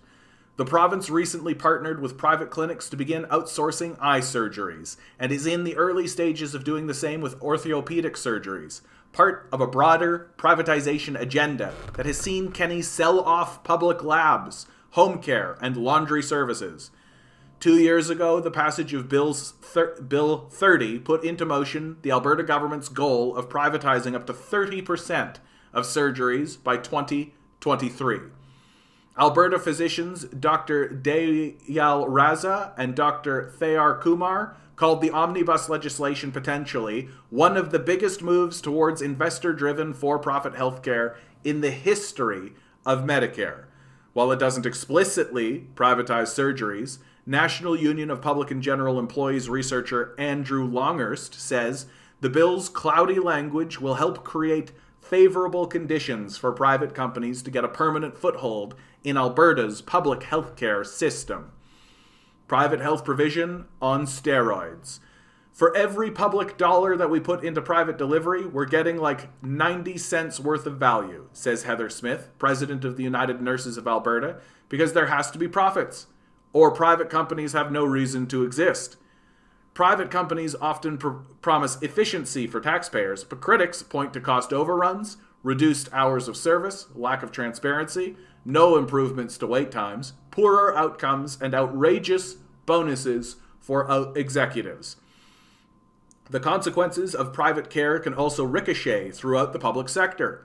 The Nova Scotia Health Coalition says research overwhelmingly shows that introducing private pay-to-use services actually increases wait times in the public system by siphoning off medical staff. Both Smith and the Ontario Health Coalition's Mira say private clinics end up taking on easier and therefore more profitable surgeries, leaving the more complex ones to the public sector. With fewer resources and less staff, it's a scenario that could see patients like John Stewart waiting even longer for medical attention. Health advocates warn that bringing for-profit companies into healthcare systems also opens the door to user fees, leading to two-tier healthcare, where those who can afford it can pay to skip the line, the long-term goal of Kenney's UCP. In Alberta, private surgeries and clinics more generally expanded under Ralph Klein, the province's premier from 1992 until 2006. We've had, for at least 30 years, an ideology that has been bent on promoting private delivery, says Smith, explaining the Klein years promoting the idea that government should be out of anything that the private sector can deliver. She says that contemporary UCP holds the same philosophy, but on steroids. After Klein closed public hospitals, Calgary's for-profit health resource center began performing publicly funded knee and hip replacements. Some of these surgeries cost the government as much as 32% more than the same surgeries offered through the Alberta Health Services. In 2010, the hospital filed for bankruptcy. But because Albertans had become dependent on that hospital's role in the system, the government pursued an expensive government bailout to keep it going. Private companies depend on public systems, having their bills paid and paying for their profits, Smith says, and if that doesn't happen, then they don't succeed. These mixed results raise the question if public money would be better spent simply expanding public health care, where money doesn't need to be allocated to profit. We want public, Smith says, not just public dollars, we want public delivery. Reviving the public system. The prairie provinces might have experienced it most intensely, but in all Canadian jurisdictions have felt the push for privatization for decades. Following corporate pressure, federal spending cuts in the 1980s and 90s reduced capacity and kicked the door open for the private sector to take over aspects of health care provision. A lot of hospitals have been downsized as a result of the pro-privatization mindset, says Colleen Fuller, a longtime health policy researcher and author of Caring for Profit, How Corporations Are Taking Over Canada's Healthcare System.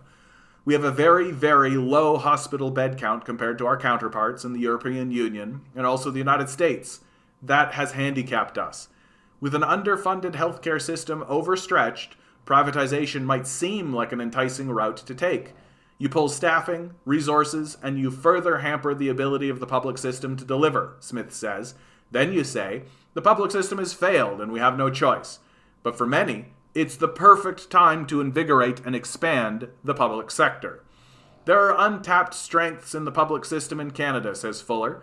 We have to stop looking at hospitals as if they are a drain on our economy and start looking at them as an essential service that they are.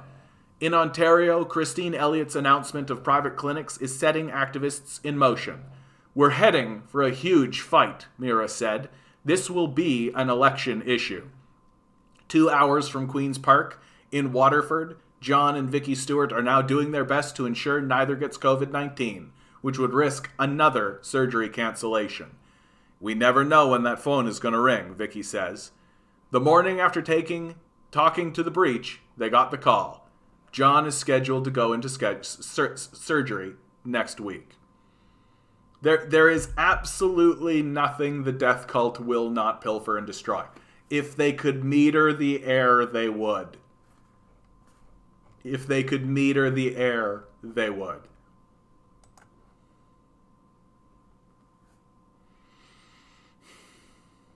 Lady Welders. All the same, dude. I just lost $6,000 in business after replaced by March. Sad, but still hopeful. Dude, my heart goes out to you, grinning. That's hard to hear. That's hard to hear, bud. Lady Welders. Lady Welders are the hotness. Flipping back the mask. It's good to know what you like, man. It is. It's good to know what you want. Communist Lady Welders.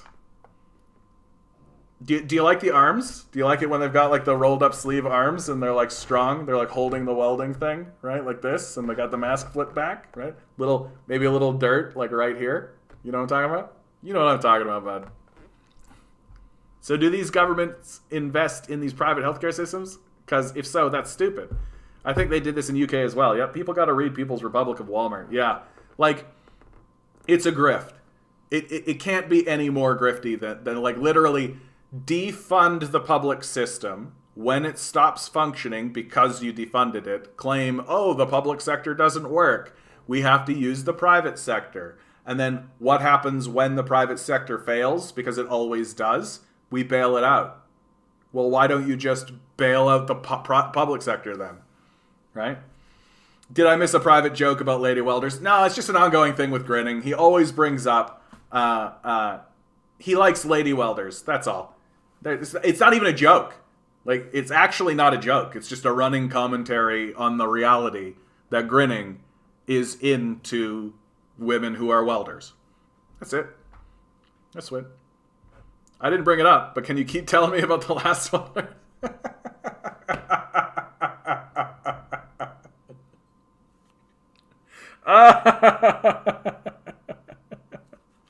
I think I better stop there, bud. I think I better stop there. I don't want to get this thing banned from YouTube. So, another great one, another banger, right? Today was a real banger for articles, man. Lots of real great articles, right? And Press Progress always. Lonely Planet shirt. Yes, thank you very much. It's vibrating. Yeah, I found this. It is vibrating. Gotta love it. Next step is civil war. Big money convoy donor says Ottawa siege may be Canada's last hope. The next step is they all go back and they have a gun in their hands. This is by Mitchell Thompson. One of the wealthy donors who helped bankroll the convoy that has occupied Ottawa streets for nearly 2 weeks says not only does he stand behind his donation, but believes acts of civil disobedience against public health measures are Canada's last hope before civil war. As the so-called Freedom Convoy approaches its second week occupying Ottawa, Mayor Jim Watson has declared a state of emergency. An Ottawa court has issued an injunction stopping all-night honking, and over 200 hate incidents have been reported to police. Ottawa's police chief is now requesting thousands of reinforcements to break the convoy up.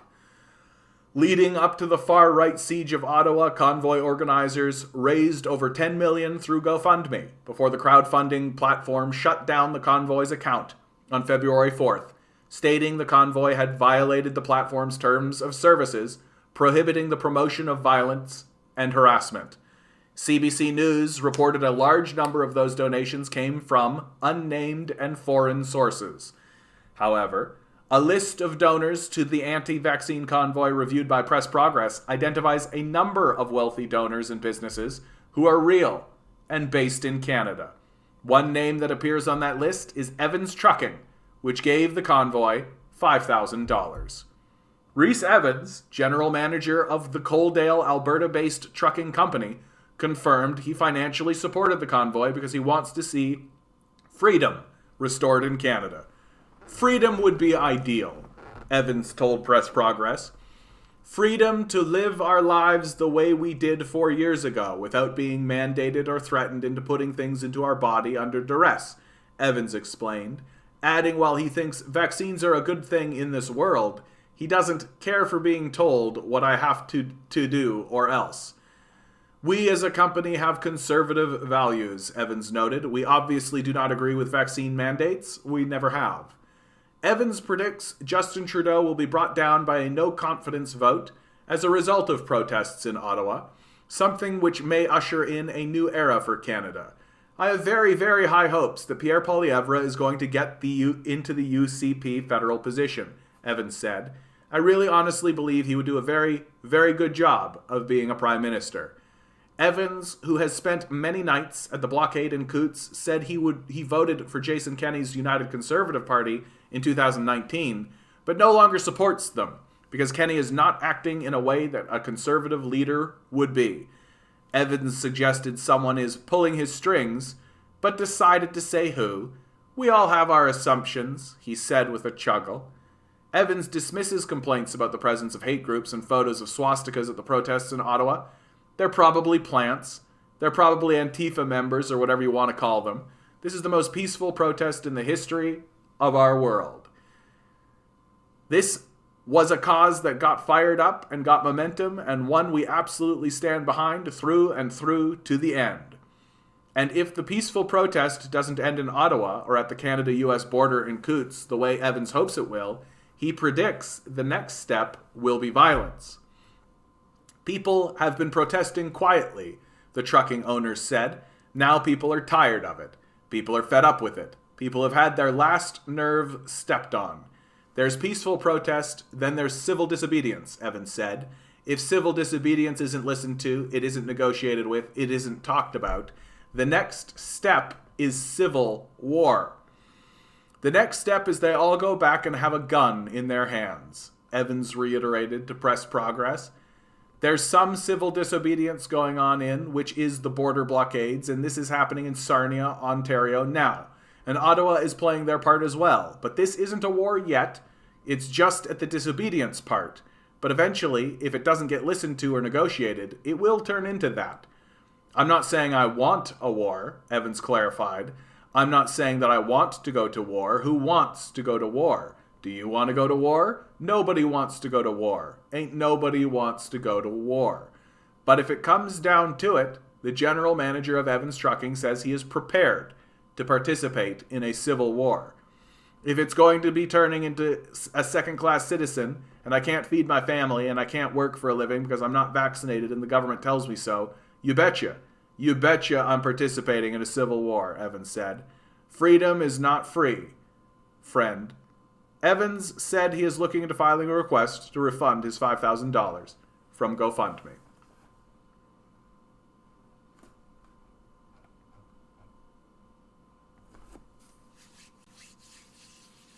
Not sure what we need to see here anymore, kids.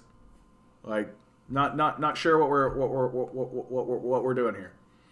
So here we have a petty bourgeoisie who's prepared for civil war. Welcome to the shock troops the ruling class will use to silence the left. Yep. And like, I am more or less of the opinion that what this will be used for is not actually to overthrow the power structure, but to enact laws that will be used to silence dissent on the left, right? That's the goal here. That what they ultimately don't want to see is a peaceful protest that's redrawing the law of the land. That's what they don't want to see.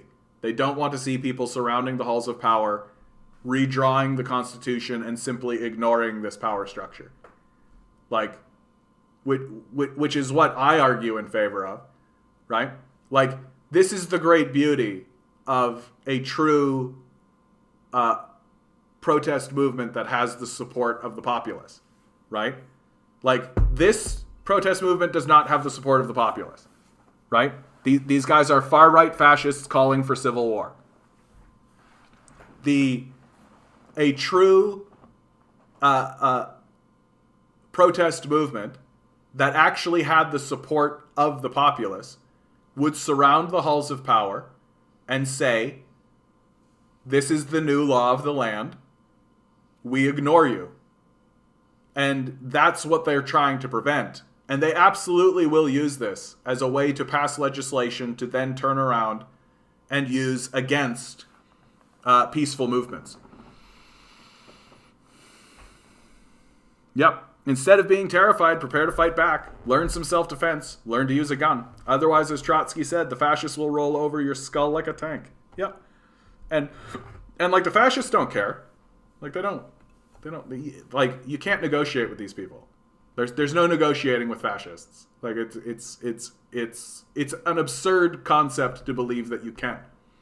Right? Like, and the idea that you shouldn't defend yourself when under attack by a person who is outright saying we should, like, round up groups of people and kill them.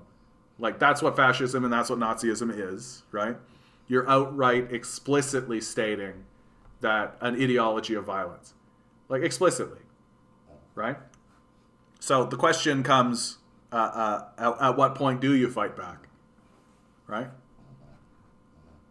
And I mean, the true reality, like, this, a lot of this, like, this is a lot of bluster. Like, if there was actually, like, a civil war, like, the military is going to put this down. Like, the only thing we fund anymore is the military. Like, we're not going to get overthrown internally from a violent, like, not from these guys. Like, that's not going to happen, right? And, like, imperial power and the power of empire, like, there's never been a case where an empire has been taken over by an internal like an internal coup through military force. It's just not how it works, right? That the revolutions that actually work by galvanizing and building public opinion and getting the people on side, so that when the revolution actually occurs, it's actually quite swift, right? It's mainly a dust up, right, of just, like, the last remaining vestiges and, like, a symbolic gesture, more or less. Very, very rare. Which, as I'm saying this, of course, there's something very much like that happening in Kyrgyzstan, right? Kyrgyzstan, for those who don't know, has fallen into civil disorder and civil war, or Kazakhstan rather. Not Kyrgyzstan, Kazakhstan, has fallen to civil. Why isn't it showing me the borders? There we go. The leadership has fled the country. The military has fled the country, has been defeated. The population is destroying monuments, robbing banks, doing all kinds of stuff. What is being reported on is that this is being done because of the rising cost of fuel, that was the spark that lit the torch. But internal sources that are finding their way to get information out of Kazakhstan because their internet was shut down are saying that the biggest thrust is the vaccine passport mandating, that they created an ID card for people to have. So the power structure is aware of that. They know that the people of Kazakhstan overthrew their leadership, their neoliberal leadership, because of this type of mandating. And now we're seeing a far-right movement here in Canada that's threatening civil war, right? If such policies continue to be pushed forward. Well, there it is happening right there. The major difference, in my view, is that Kazakhstan doesn't have a very strong military, first of all. It's not in the heart of empire, right? And decades and decades of neoliberal abuse have taken them to the breaking point and to the brink. So this is really like, in my view, I look at this and go, this is like a straw that breaks the camel's back sort of situation. Canada's not there yet. Like, not there yet. We haven't been as impoverished and like, there isn't the mass homelessness required to spark that kind of thing quite yet. Like, and Canadians are very gullible and complacent generally. So have a good one, Alex. Good to see you, bud. Yeah, the October Revolution was relatively bloodless. It was a counter-revolutionary civil war afterwards that was bloody. Yeah, the fight back, right? And like you think about the Libyan overthrow, it was completely bloodless. They literally overthrew the monarchy, like Gaddafi overthrew the monarchy bloodlessly. Didn't Russian and Belarus troops? I'm not going to comment any further on Kazakhstan because I don't actually know that much because it's very difficult to get information out. It's very difficult to get information out. Their internet has been shut down. All we really have are international watchers, and a lot of those international watchers are like the Radio Free Asia and CIA assets, things like this, who tell the most outrageous lies you can ever hear. And so it's very difficult to know what's actually happening in Kazakhstan. I'm quite serious when I say at this point in regards to Kazakhstan, I will trust a video that comes out from an independent source more than I'll trust any of the articles that I see on the international stage. So I don't want to report any further on Kazakhstan and what I'm seeing there because the truth is that I don't really know. I don't really know. And if Russian and Belarusian troops do go into Kazakhstan, it will likely be for border security. You can see for obvious reasons, right? Like, it will likely be just to, like, Russia's not going to roll in and take over Kazakhstan. Especially with the Ukraine crisis going on. No, they're not interested. If they are putting troops in, my gut tells me, and this is just my gut, so I don't have, like, a source document for you, just tells me they're doing that to secure their own border, which makes sense, right? If the United States starts to balkanize, and let's say Seattle, Washington, like fell into a civil war, right? Which makes it like you got Portland sitting right there, right? And people started to like flood into British Columbia. Yeah, we put troops there. Yeah, we'd absolutely put troops there to deal with that kind of situation. Which leads me. I thought Kazakhstan stabilized the situation. They are allies. I mean, who knows who's allied? Like, that's part of the problem with the Kazakhstan situation, right? Who knows who is allied with who, right? It wasn't an invasion, it was a request.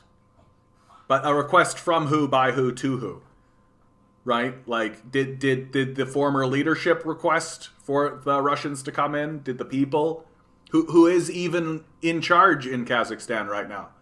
Like, I don't know. Like, I don't know who's the leadership. I don't know any of this kind of stuff, right? Like, this is why I'm so hesitant to report on it.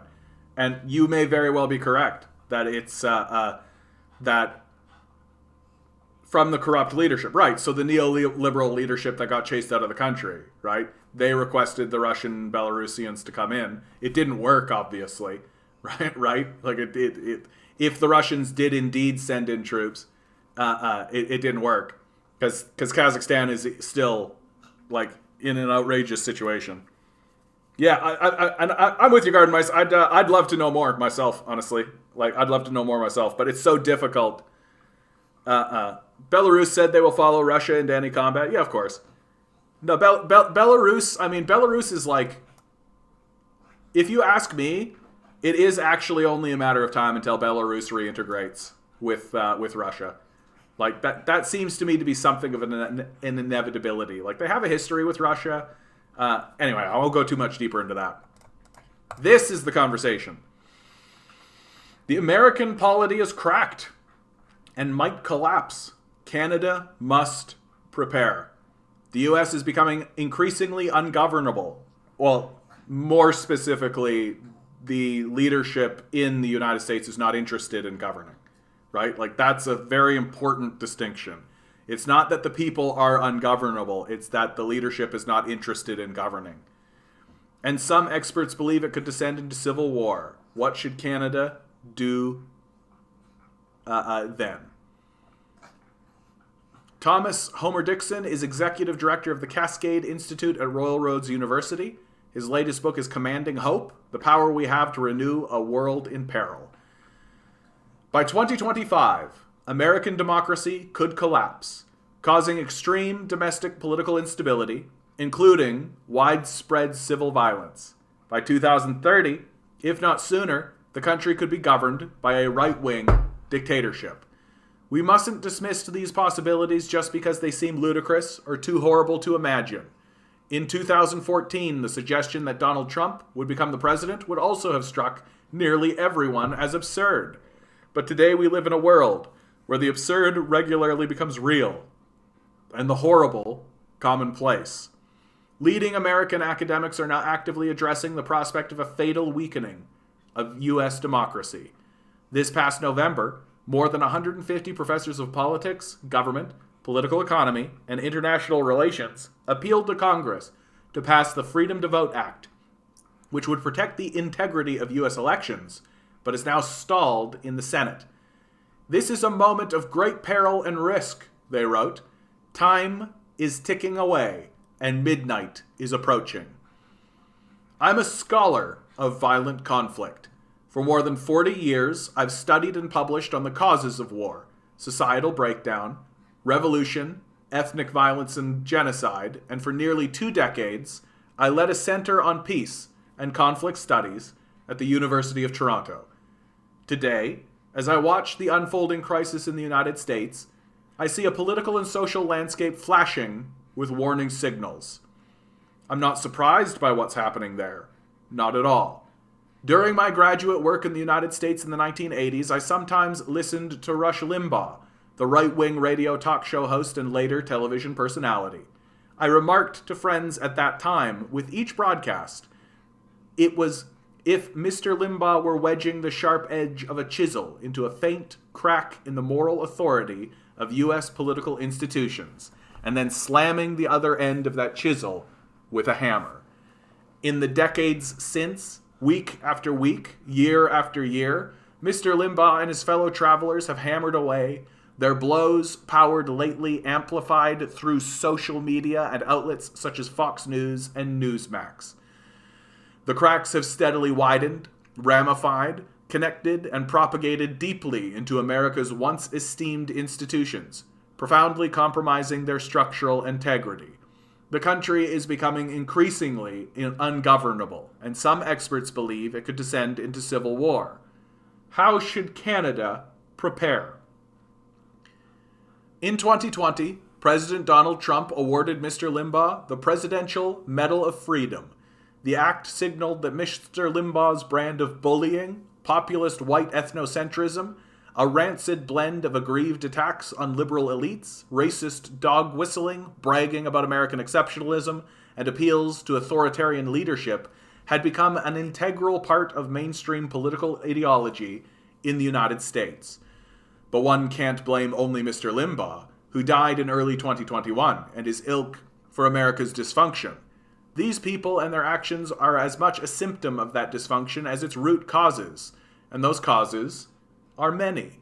Some can be traced to the country's founding, to an abiding distrust in government baked into the country's political culture during the Revolution, to slavery, to the political compromise of the Electoral College that slavery spawned, to the overrepresentation of rural voting power in the Senate, and to failure of reconstitution after the Civil War, or failure of reconstruction after the Civil War. But successful polities around the world have become flaws just as fundamental. What seems to have pushed the United States to the brink of losing its democracy today is a multiplication effect between its underlying flaws and recent shifts in the society's material characteristics. These shifts include stagnating middle-class incomes, chronic economic insecurity, and rising inequality as the country's economy, transformed by technological change and globalization, has transitioned from muscle power, heavy industry, and manufacturing as the main sources of its wealth to idea power, information technology, symbolic production, and finance. As returns to labor have stagnated and returns to capital have soared, much of the U.S. population has fallen behind. Inflation-adjusted wages for the median male worker in the fourth quarter of 2019, prior to the infusion of economic support owing to the COVID-19 pandemic, were lower than in 1979. Meanwhile, between 1978 and 2016, CEO incomes in the biggest companies rose from 30 times that of the average worker to 271 times. Economic insecurity is widespread in broad swaths of the country's interior, while growth is increasingly concentrated in a dozen or so metropolitan centers. Two other material factors are key. The first is demographic, as immigration, aging, intermarriage, and a decline in church-going have reduced the percentage of non-Hispanic white Christians in America. Right-wing ideologues have inflamed fears that traditional U.S. culture is being erased and whites are being replaced. The second is pervasive elite selfishness. The wealth and powerful in America are broadly unwilling to pay the taxes, invest in the public services, or create the avenues for vertical mobility that would lessen the country's economic, educational, racial, and geographic gaps. The more an under-resourced government can't solve everyday problems, the more people give up on it, and the more they turn to their own resources and their narrow identity groups for safety. America's economic, racial, and social gaps have helped cause ideological polarization between the political left and right. And the worsening polarization has paralyzed government while aggravating the gaps. The political right and left are isolated from and increasingly despise each other. Both believe the stakes are existential, that the other is out to destroy the country they love. The moderate political center is fast vanishing. And, oh yes, the population is armed to the teeth, with somewhere around 400 million firearms in the hands of citizens. Some diagnoses of American crises that highlight toxic polarization imply the two sides are equally responsible for that crisis. They aren't. While both wings of U.S. politics have fanned polarization's flames, blame lies disproportionately on the political right. According to Harvard's renowned sociologist and political scientist Theda Scofield, in the early 2000s, fringe elements of the Republican Party used disciplined tactics and enormous streams of money from billionaires like the Koch brothers to turn extreme laissez-faire ideology into orthodox Republican dogma. Then, in 2008, Barack Obama's election as president increased anxieties about immigration and cultural change among the older, often economically insecure members of the white middle class, who then coalesced into the populist Tea Party movement. Under Mr. Trump, the two forces were joined. The GOP became, Dr. Scofield writes, a radicalized marriage of convenience between anti-government free market plutocrats and racially anxious ethno-nationalist activists and voters. Now, adopting Mr. Limbaugh's tried and true methods, demagogues on the right are pushing the radicalization process further than ever before. By weaponizing people's fear and anger, Mr. Trump and a host of acolytes and wannabes, such as Fox's Tucker Carlson and Georgia Representative Marjorie Taylor Greene, have captured the storied GOP and transformed it into a near-fascist personality cult that's a perfect instrument for wrecking democracy. And it's not inaccurate to use the F word. As conservative commentator David Frum argues, Trumpism increasingly resembles European fascism in its contempt for the rule of law and glorification of violence. Evidence is as close to the latest right-wing Twitter meme. Widely circulated holiday photos show Republican politicians and their family members, including young children, sitting in front of their Christmas trees, all smiling gleefully while cradling pistols, shotguns, and assault rifles. Those guns are more than symbols. The Trump cult presents itself as the only truly patriotic party able to defend U.S. values and history against traitorous Democrats beholden to cosmopolitan elites and minorities who neither understand nor support true American values. The January 6th storming of the U.S. Capitol must be understood in these terms. The people involved didn't think they were attacking U.S. democracy, although they unquestionably were. Instead, they believed their patriotic actions were needed to save it. Democracy is an institution, but underpinning that institution is a vital set of beliefs and values. If a substantial enough fraction of a population no longer holds those beliefs and values, then democracy can't survive. Probably the most important is recognition of the equality of the polity's citizens in deciding its future. A close runner-up is willingness to concede power to one's political opponents, should those equal citizens decide that's what they want. At the heart of the ideological narrative of the U.S. right-wing demagogues, from Mr. Trump on down, is the implication that large segments of the country's population, mainly the non-white, non-Christian, and educated urban ones, aren't really equal citizens. They aren't quite full Americans, or even real Americans. This is why Mr. Trump's big lie, that the 2020 presidential election was stolen from him, a falsehood that nearly 70% of Republicans now accept as true, is such a potent anti-democratic poison. If the other side is willing to steal an election, then they don't play by the rules. They've placed themselves outside the American moral community, which means they don't deserve to be treated as equals. There's certainly no reason to concede power to them, ever.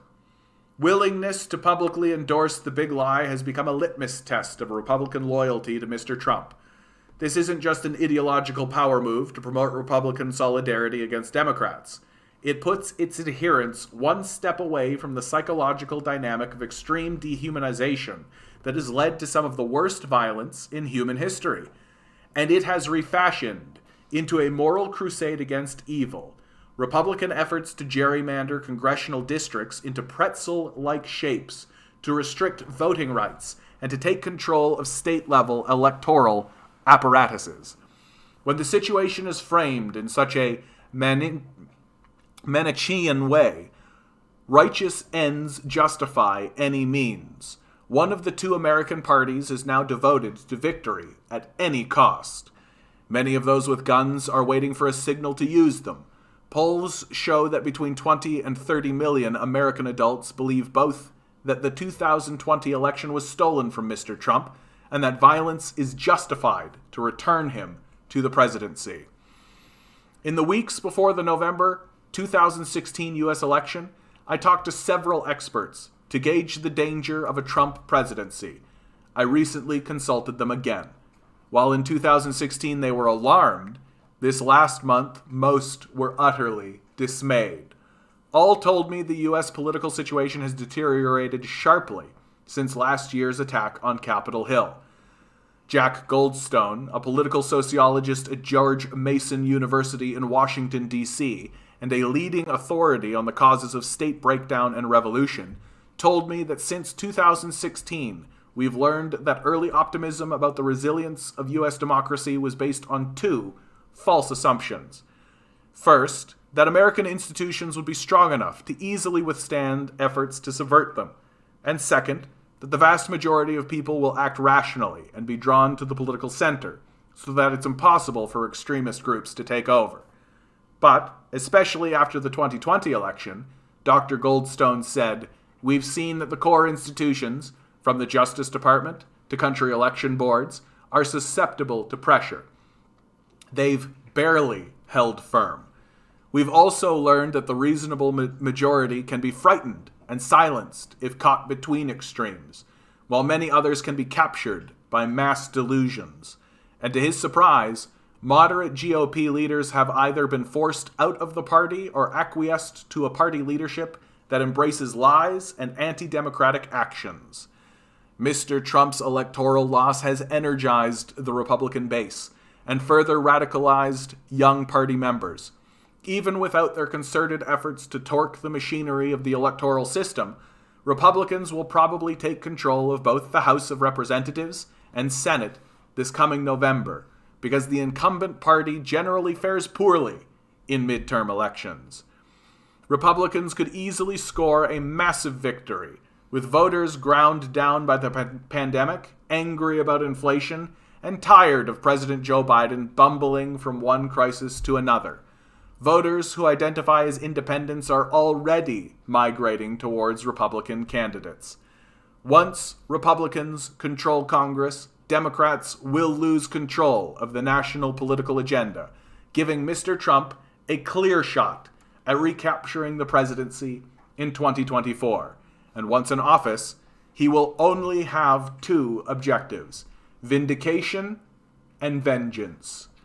A U.S. civil military expert and senior federal appointee I consulted noted that a re-elected President Trump could be totally unconstrained nationally and internationally. A crucial factor determining how much constraint he faces will be the response of the U.S. military, a bulwark institution ardently committed to defending the Constitution. During the first Trump administration, members of the military repeatedly resisted the president's authoritarian impulses and tried to anticipate and corral his rogue behavior. Most notably, when Joint Chiefs Chairman General Mark Milley, shortly after the Capitol insurrection, ordered military officials to include him in any decision process involving the use of military force. But in a second Trump administration, this expert suggested the bulwark could crumble. By replacing the civilian leadership of the Department of Defense and the Joint Chiefs with lackeys and sycophants, he could so infiltrate the department with his people that he'll be able to bend it to his will. After 4 years of Mr. Trump's bedlam, the U.S. under Mr. Biden has been comparatively calm. Politics in the U.S. seems to have stabilized. But absolutely nothing has stabilized in America. The country's problems are systemic and deeply entrenched, and events could soon spiral out of control. The experts I consulted described a range of possible outcomes if Mr. Trump returns to power, none benign. They cited particular countries and political regimes to illustrate where he might take the U.S. Viktor Orban's Hungary, with its coercive legal apparatus of illiberal democracy. Jair Bolsonaro's Brazil, with its chronic social distemper and administrative dysfunction. Or Vladimir Putin's Russia, with its harsh one-man hyper-nationalist autocracy. All agreed that under a second Trump administration, liberalism will be marginalized, and right-wing Christian groups super-empowered, while violence by vigilante paramilitary groups will rise sharply. Looking further down the road, some think that authority in American federalism is so disjointed and diffuse that Mr. Trump, especially given his manifest managerial incompetence, will never be able to achieve full authoritarian control. Others believe the pendulum will ultimately swing back to the Democrats when Republican mistakes accumulate, or that the radicalized Republican base, so fanatically loyal to Mr. Trump, can't grow larger and will dissipate when its hero leaves the stage. One can hope for these outcomes because there are far worse scenarios. Something resembling civil war is one. Many pathways could take the country there, some described in Stephen March's new book, The Next Civil War, Dispatches from the American Future. The most plausible start with a disrupted 2024 presidential election. Perhaps Democrats squeak out a victory, and Republican states refuse to recognize the result. Or conversely, perhaps Republicans win, but only because Republican state legislators override voting results. Then Democratic protesters attack those legislatures. In either circumstance, much will depend on whether the country's military splits along partisan lines. But there's another political regime, a historical one, that may portend an even more dire future for the U.S., the Weimar Republic. The situation in Germany in the 1920s and early 30s was, of course, sui generis. In particular, the country had experienced staggering traumas: defeat in war, internal revolution, and hyperinflation, while the country's commitment to liberal democracy was weakly rooted in its culture. But as I read a history of the doomed republic this past summer, I tallied no fewer than 5 unnerving parallels with the current U.S. situation.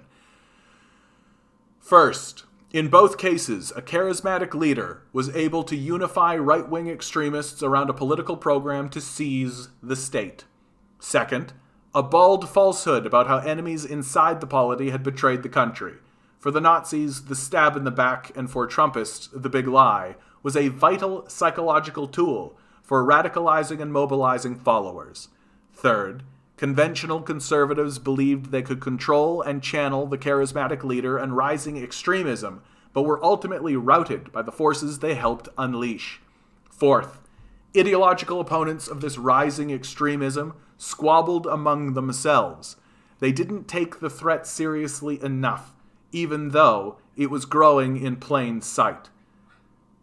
And they focused on marginal issues that were too often red meat for extremists. Today, think toppling statues.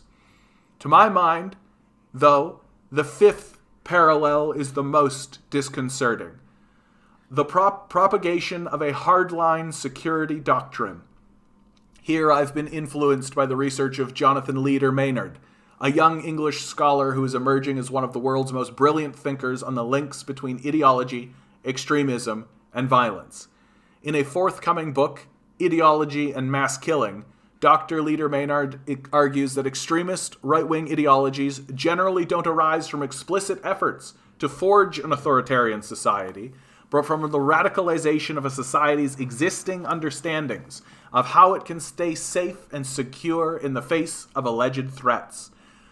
Hardline conceptions of security are radicalized versions of familiar claims about threat, self-defense, punishment, war, and duty, he writes.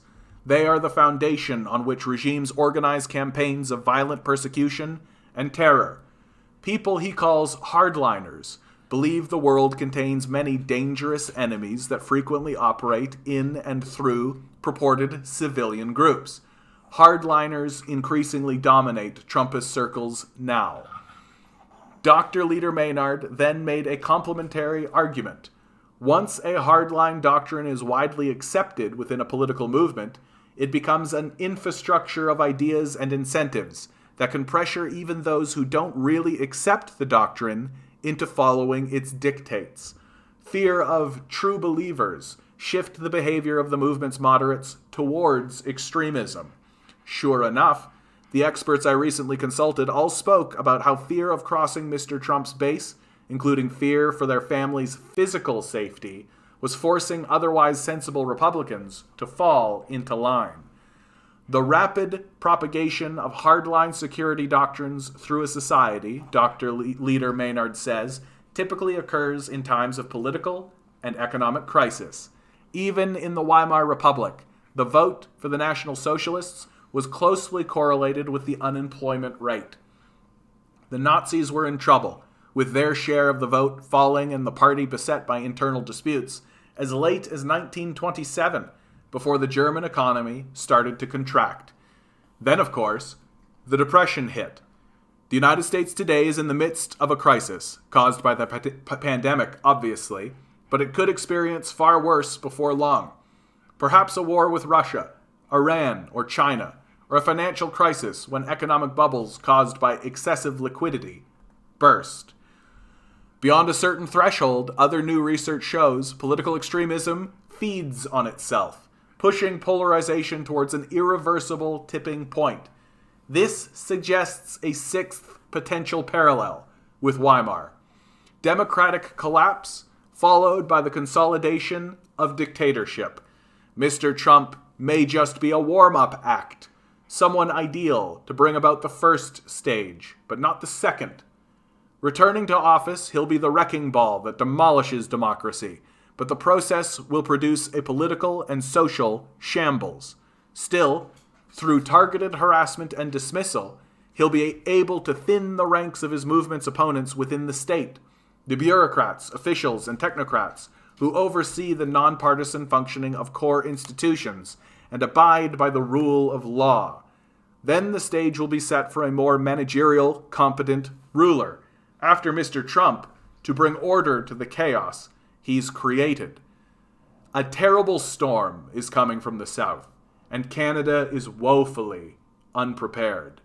Over the past year, we've turned our attention inward, distracted by the challenges of COVID-19, reconciliation, and the accelerating effects of climate change.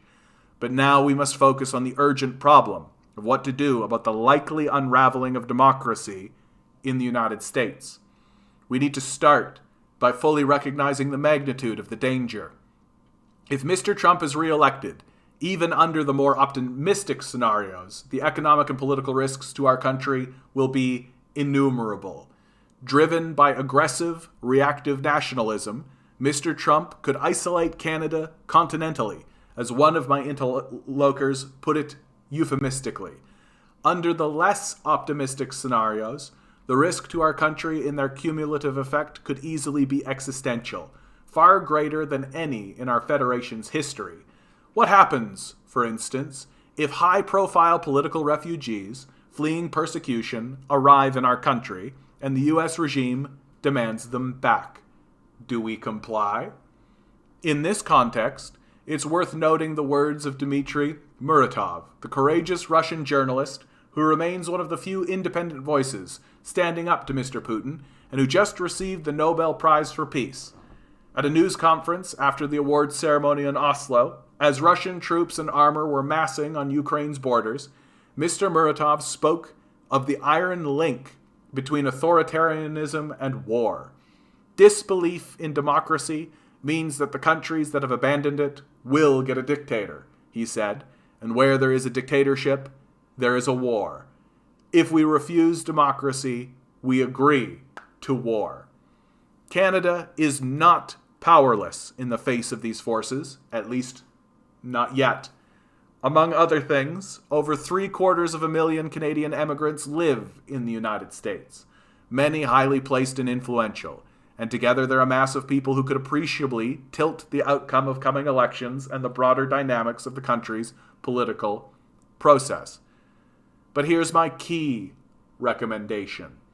The Prime Minister should immediately convene a standing nonpartisan parliamentary committee with representatives from the 5 sitting parties, all with full security clearances. It should be understood that this committee will continue to operate in coming years, regardless of changes in federal government. It should receive regular intelligence analysis and briefings by Canadian experts on political and social developments in the United States and their implications for democratic failure there. And it should be charged with providing the federal government with continuing, specific guidance as to how to prepare for and respond to that failure, should it occur. If hope is to be a motivator and not a crutch, it needs to be honest and not false. It needs to be anchored in a realistic, evidence-based understanding of the dangers we face and a clear vision of how we get past those dangers to a good future. Canada is itself flawed, but it's still one of the most remarkably just and prosperous societies in human history. It must rise to this challenge. It's always a pleasure to read from the experts, honestly. The language, right? You can feel my brain working. David, if you're still in the chat, good to see you, bud. Sorry I missed you. What if Biden was the next step after Trump? I think that my only critique of this article is that I feel like Dixon here has somewhat downplayed the Democratic role in all of this. That lot of focus on Trump and the Republicans, which fair enough, right? But the Democrats have been part of this game for a long time, right? Like, it's Clinton that dismantles the welfare state, plunges a bunch of children into poverty, right? Like, it's NAFTA is Clinton. Like, Obama's hands are not clean, right? Like, you want to talk about spreading imperial war throughout the world. Like, Obama holds a great deal of responsibility. So, like, I feel like the hyper fixation on Trump is somewhat warranted, as Trump is the erratic figure in the conversation, but not an awful lot of conversation about like why are we not having a conversation about the election that was held between Hillary and Bernie Sanders within the Democratic Party that was stolen from Bernie Sanders, which completely gives Trump's claim that the election was stolen from him a great deal of credibility, right? Like, I'm not saying that it was, obviously, but that event occurred within the Democratic Party, right? And it's fairly credible to believe that Bernie Sanders had the election stolen from him under Biden, too. So, like, I don't understand why we're kind of letting the Democrats off the hook here and giving them kind of like just like the weak treatment, like, oh, they're just so soft, you know? Things seem just so passive, right? Like, no, like it's active passivity, if you understand what I mean. Like, the way that the Democrats operate is they actively do nothing, right? They know that there are things that they could be doing, right? They know, but they work hard to ensure that nothing can happen, right? That's who Joe Manchin is in the conversation, right? And I've said this over and over again, right? If the Democrats suddenly had enough seats in the Senate so that it instead of one seat being the decider in the Senate, it was like 5 seats, you'd suddenly find 5 obstructionists in the Democratic Party, right? That's the strategy. That's the goal. So they're just as responsible for this as far as I'm concerned as the Republicans are. That, yes, the Republicans are the more bombastic group. Yes, they're the ones that are the most like explosively in your face and most overt. But it's not like the Democrats are walking around actually doing shit, right? It's not like they're actually working hard. And this idea that they can't whip Joe Manchin, are you kidding me? They could literally destroy Joe Manchin in a day. It would take them no time at all. Like, when they wanted to get rid of Dennis Kucinich, they literally eliminated his seat. Like, yeah, you can get rid of these guys. And there's no joke. Like, it's completely possible to do.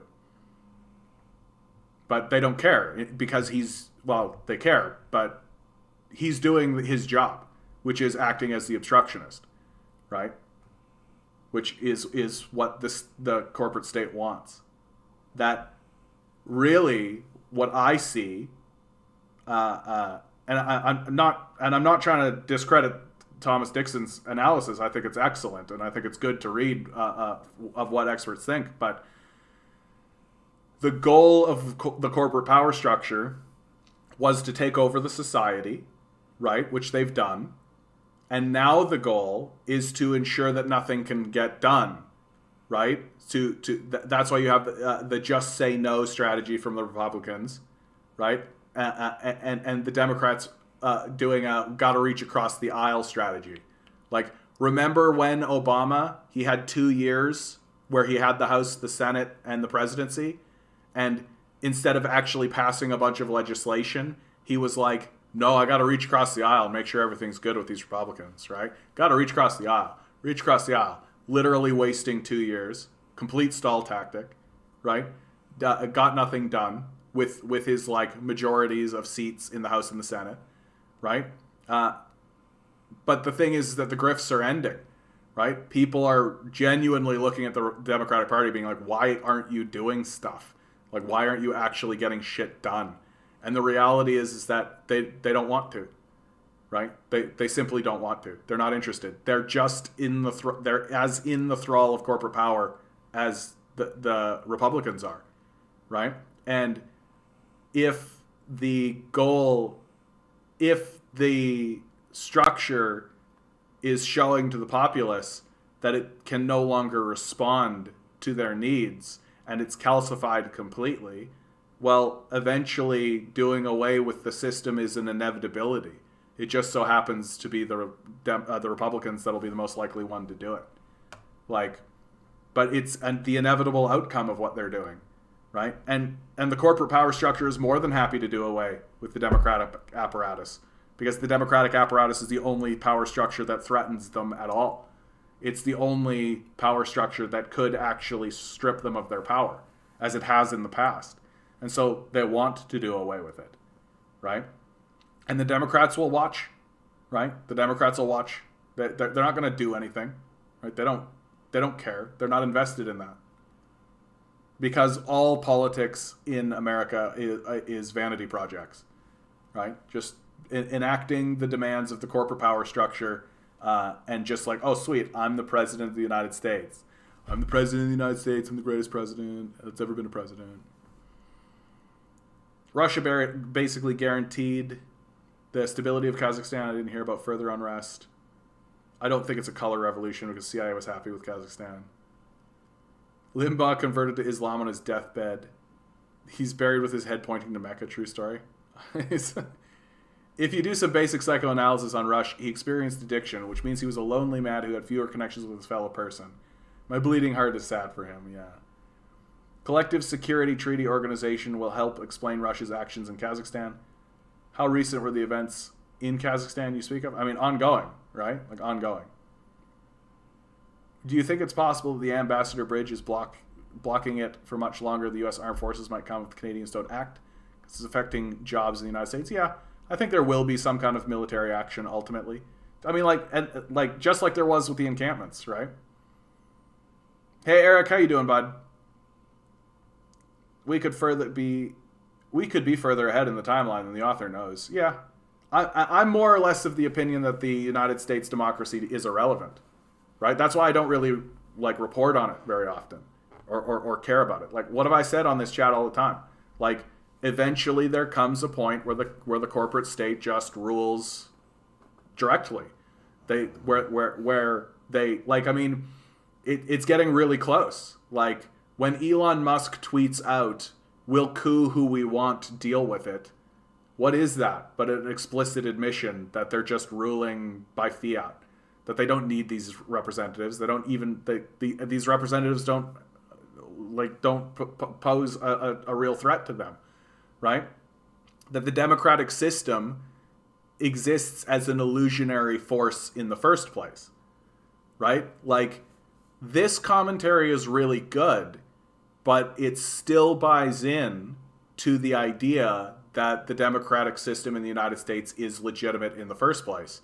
Whereas my position on the democratic system in the United States is that it's WWE wrestling, that it's an entertainment venue exclusively, that it doesn't exist to pass legislation and laws or any of that kind of stuff outside of the formality of it, right? Like, when the system votes on something, it's simply confirming a decision that the corporate power structure has already made, right? And disseminating that into the public. The reality of the United States system is that all parties involved in it work for the same people, and all of the people involved in it exist there exclusively as vanity projects, right? That's the role of American politics in its society. And all someone like Trump will do is formalize it, right? Eliminate the democratic system formally and remove the back and forth trading of power between the two wings of the corporate power structure, and just finally be like, no, I'm the king of America. And the corporate power structure will be like, okay, bud, whatever you say, you're the king of America. Okay. And they'll just go along and rule how they do. They don't need Donald Trump's permission to do anything, right? They have billions and billions and billions and billions of fucking dollars. They don't care, right? For edification purposes, one might say, read the essay Bonapartism and Fascism by Leon Trotsky. Or better, why has the cowardly sockdem Sanders constantly groveled at the feet of the Democratic Party and actively did not build his revolution after the 2016 election? Class character matters. Yeah, it's all U.S. imperialism. Yeah. Dark days ahead, friends. Dark days ahead. That's why I'm so glad that you guys are all here. I am. I'm so glad that you're here, because we can't suffer in isolation and silence. Really. Like, we have to go through this stuff together. Like, this is a trauma that we are all collectively experiencing, and there are further future traumas to occur. That what we are doing by going through such an article is bracing for impact. We are getting into a position that when these things begin to occur and unfold in front of us, we will be the stable forces as the people around us fall into panic. I personally experienced exactly this when Donald Trump was elected. I used to be considered like a kooky conspiracy nut guy by my friends and family. And when I told them that Donald Trump is going to be the president of the United States, they were all like, okay, John, whatever you say. Lots of eye rolling and hand waving came my way, which I was used to at that point. When Donald Trump was elected, the tone of this conversation pivoted and shifted completely.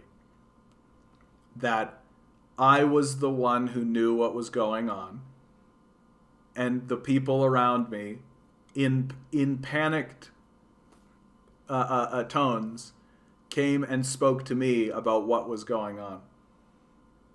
And that's why it's important for us to go through this, so that the people who don't understand what's happening will have somebody to talk to and have some way to root themselves in an observed reality. Because what is going to fundamentally happen for millions of people is that their delusionary bubble will pop. Reality will assert itself. Their dream world will vanish. Statements like, I can't believe that this is happening in Canada. I can't believe that this is happening in America. I never thought I would see it happen in America. You're going to hear a lot of that. You're going to hear a lot of that.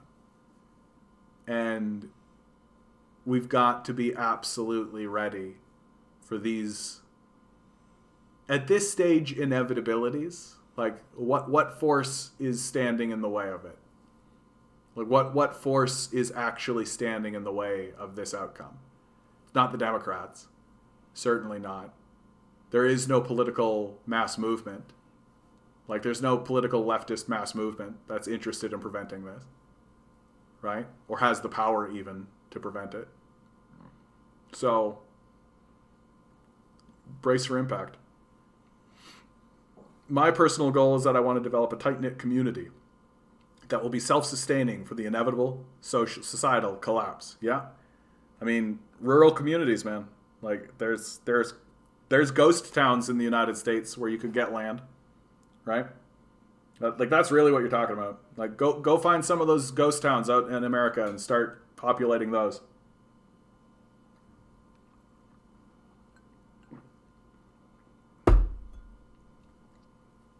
The thing I'm not looking forward to is the warfare.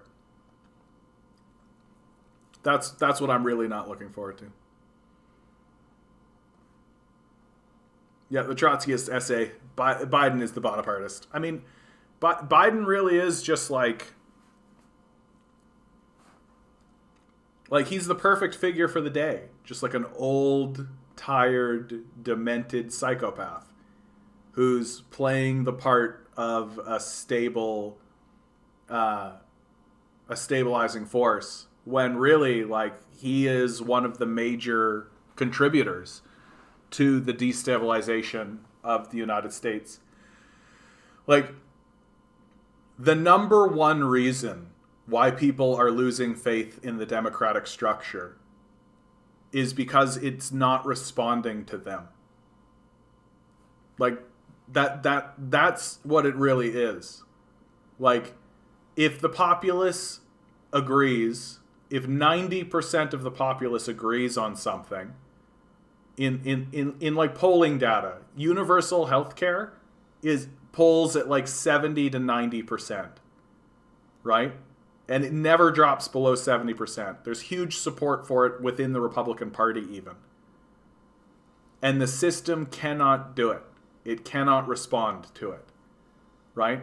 It is very easy to believe and to come to the conclusion that, oh, then this system isn't worth anything, that it doesn't actually do anything, which is why, in my opinion, that when the system is formally dismantled, which is actually just going to be another vanity project, because instead of Donald Trump and the Republicans saying, yeah, we can work with the Democrats in order to maintain this system of corporate domination in a back and forth kind of passing of the baton, they just want it to be them. They're so selfish and arrogant that their vanity is taking over, and they want to be the kings of America, right? And so for millions of people, like for the vast majority of people who don't even vote in the elections, right? There's not going to be a difference. And many people, when the democratic system is dismantled finally and done away with formally, they'll simply shrug and be like, well, it wasn't really doing anything anyway. And in fact, there actually might be a very large push of people pointing out that, like, hey, this like new king, right? Donald Trump, look, he actually did something, right? Because dictators often do that, right? They often like have some kind of vanity project or something that they want done, and so they funnel resources and do it, and they don't need to go through this structure of calcification. And so people will point at it and be like, oh, look, they did something. I guess this is good, right? Get ready for that. Like, it's coming, man. I remember when Donald Trump was elected, I barely paid attention to current events affair, and I had a native belief that at the time that our society was progressive, we were dealing with our issues. Well, the Obama years really, like, culturally, I do think were important for America. Like, electing a black president, I think, was culturally important for America. But in terms of, like, policy, like, Obama was a Trojan horse, right? Like, he was presented to us specifically because of the culture war, right? And many saw it as a forwarding of cultural events, and it was like, you can't deny that. It certainly was, right? Electing a black president when not that long before, people jokingly called Bill Clinton America's first black president, right? Like, that's a pretty big jump in a pretty short period of time, and not unimportant. But it just goes to show you that fighting the culture war is not fighting the class war. And mistaking the culture war for the class war, or deflecting from the class war into the culture war, isn't going to help. And that's truly why we're at where we are at, because we have lost the class war for decades now. Youngstown, Ohio, Detroit, Michigan, Camden, New Jersey, lots of cities with blight too, yeah. The optimists in me hopes I'll be able to finish school, buy an acreage in the country before this all goes down, just so that I can have a home base away from the worst of the upheaval. Yeah, communal movements probably want to start in the husk of the last industrial surge. The West is too new to make land cheap. Yeah. Then the acreage could serve as a shelter for people. Yeah, I had that dream once too. I went out east and started to do some beekeeping. It has its own pitfalls. I did say that at the time that Donald Trump would win depending on the morality of the people, and if the people chose to be moral, they would choose Clinton, but if they were immoral, they would choose Trump. But keep in mind, at that time, I did not have any Marxist analysis. No, of course. I think that's common, Eric. Like, I think that's, like, what you're espousing here is a fairly common position, right? That it really isn't,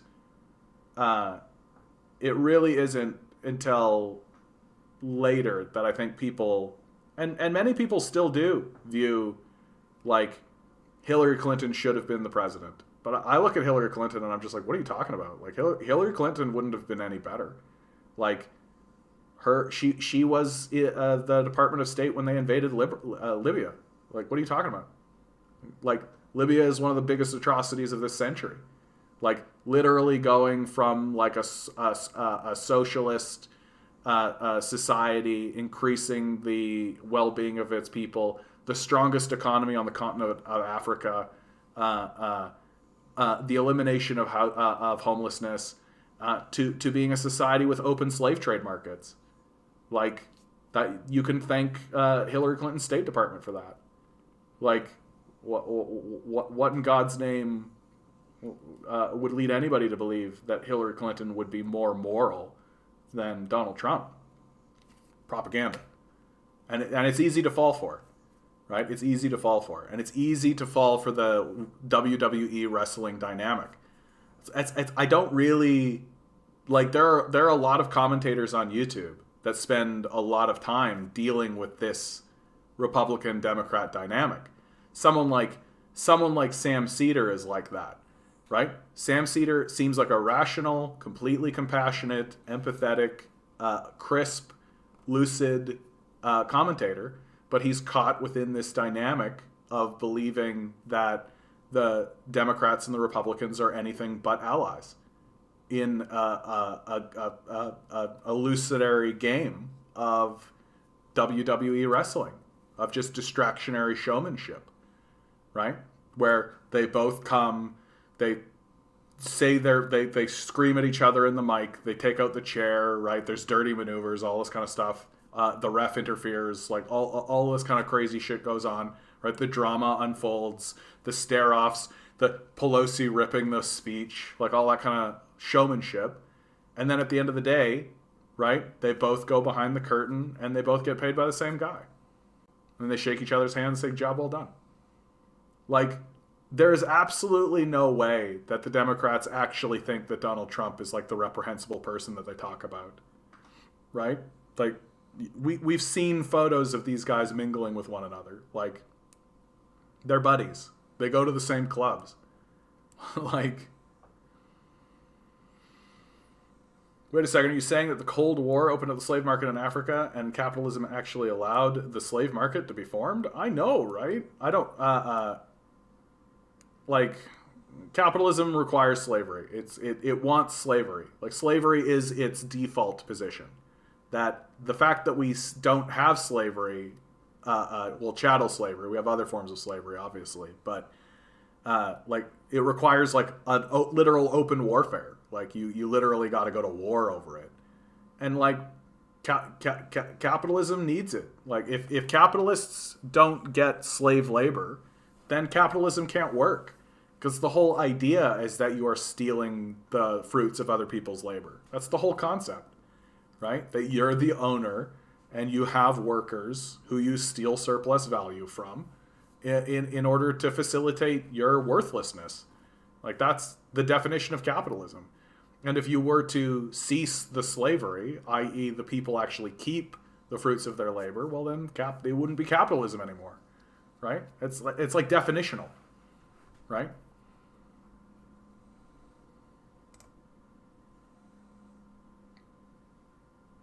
I'm too low on time to read this one, but you've got Canada's unions have fought for generations for the right to protest is a cornerstone. But what we witnessed on the streets of Canada's capital over the last 13 days is something different. It's not a protest. It's an occupation. This is coming from the Canadian Labour Congress, right? So the Canadian Labour Congress denouncing the Ottawa occupation, which I think is important, right? Because who are the people who are most likely to go into meaningful protest and general strike? Canadian Labour Congress. Whew.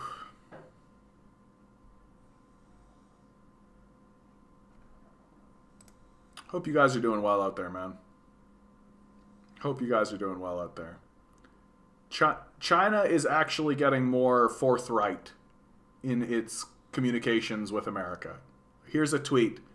Li Jianzhao, Chinese government official. Lie after lie. They never learned and they never stop. 1999, they lied about Yugoslavia. 2003, they lied to us about Iraq. 2011, they lied to us about Libya. 2018, they lied about Syria. Worth pointing out. Worth pointing out.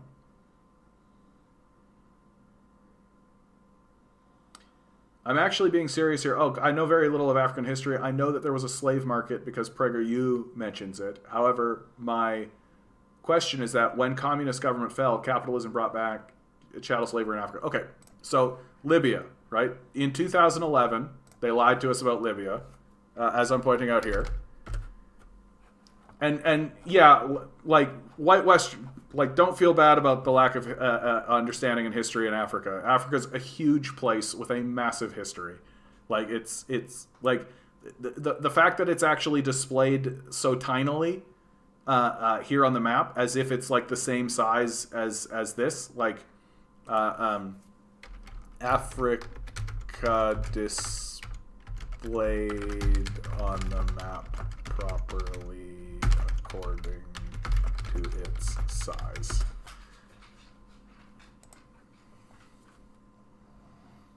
Like, Africa is so big that it can contain the United States within it. Here's India. Here's China, right? If you look at Google Maps, it doesn't really have that look about it, right? Like, sort of. But, like, it's way big. Germany, France, Spain, Eastern Europe, India, China Part 2, Japan, right? Like, Africa is huge. It's mighty and has a massive history. And slave markets have existed throughout Africa.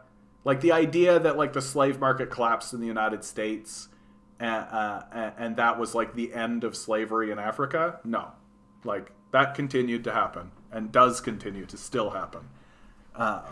So Libya, specifically, was a monarchy that was overthrown in a bloodless coup by a socialist liberator named Gaddafi, Muammar Gaddafi.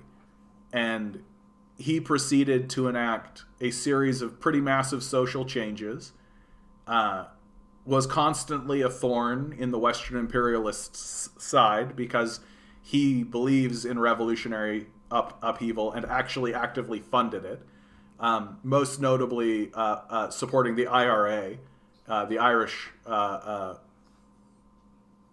Republic.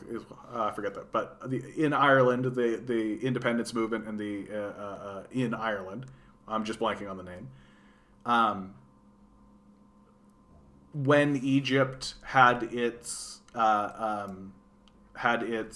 uprising, Gaddafi was in support of that and was actually attempting to continue that. Eliminating homelessness was a huge pillar. There's this wonderful... he famously said that he would not give his own father a house until every citizen in Libya was housed, and he achieved it. Libya was the strongest economy on the continent of Africa under Gaddafi because he used the resources, oil, like most of these places, in order to fund social systems for his own people to benefit from, right? Instead of financializing and creating a false economy and fictitious capital with it, he actually used it to create real changes and real edifices. The United States does what the United States does. They fund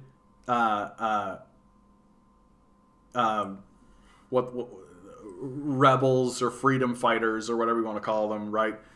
Far right insurgent groups, right? To perform a coup and execute Gaddafi, which there's straight up a video of them executing Gaddafi. Have a good one, Grinning. Have a good one, bud. Good to see you. And after after Libya falls, right? Well, all of the laws and all of the rules and all of that just fall into a form of tribalism, and chattel slavery is reintroduced to Tripoli, where there's like literally open slave trade markets, right? Like, so straight away, like straight across from, like, here's Sicily, right? Italy. So right across the way, right? You've got an open trade slave trade market in Tripoli, which is what the Americans want, right? They're more or less in favor of that. So it is one of the great atrocities of this century. What happened in Libya?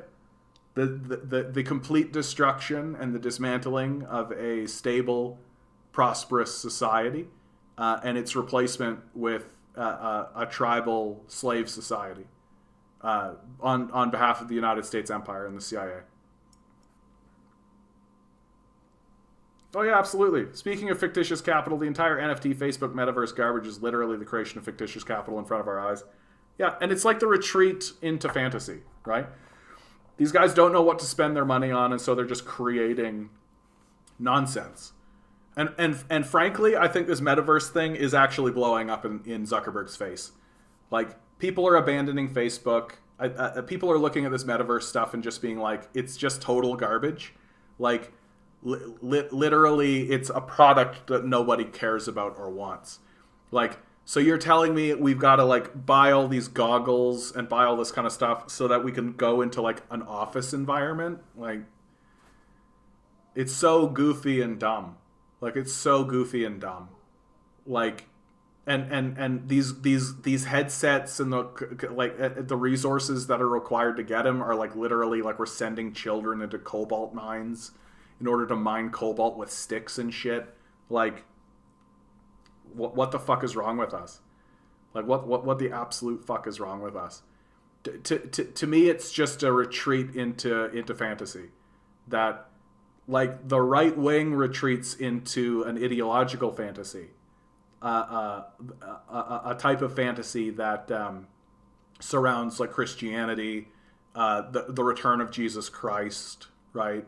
The battle between good and evil, evil being defined as anyone non-white, that kind of delusional fantasy. Whereas the left is actually retreating into a legitimate, like, literal fantasy world that they are creating. Instead of using their resources to actually improve the real world and to do anything real and tangible that is visible in front of our eyes in our reality, they're creating literal fantasy worlds that only people with extravagant, expendable wealth can interact with, right? Like, they're creating a world, like, they're literally creating Richistan, where the barrier of entry is, can you afford the equipment and then the internet connection to be able to get into Richistan? Like, it's literally what they're creating, and it's the definition of delusional. It's the definition of retreating into fantasy. I do find it funny that the capitalist says we don't believe in slavery, but they never do anything to stop slavery, but rather much try to stop actual. Well, capitalism requires slavery. It, like, literally requires it.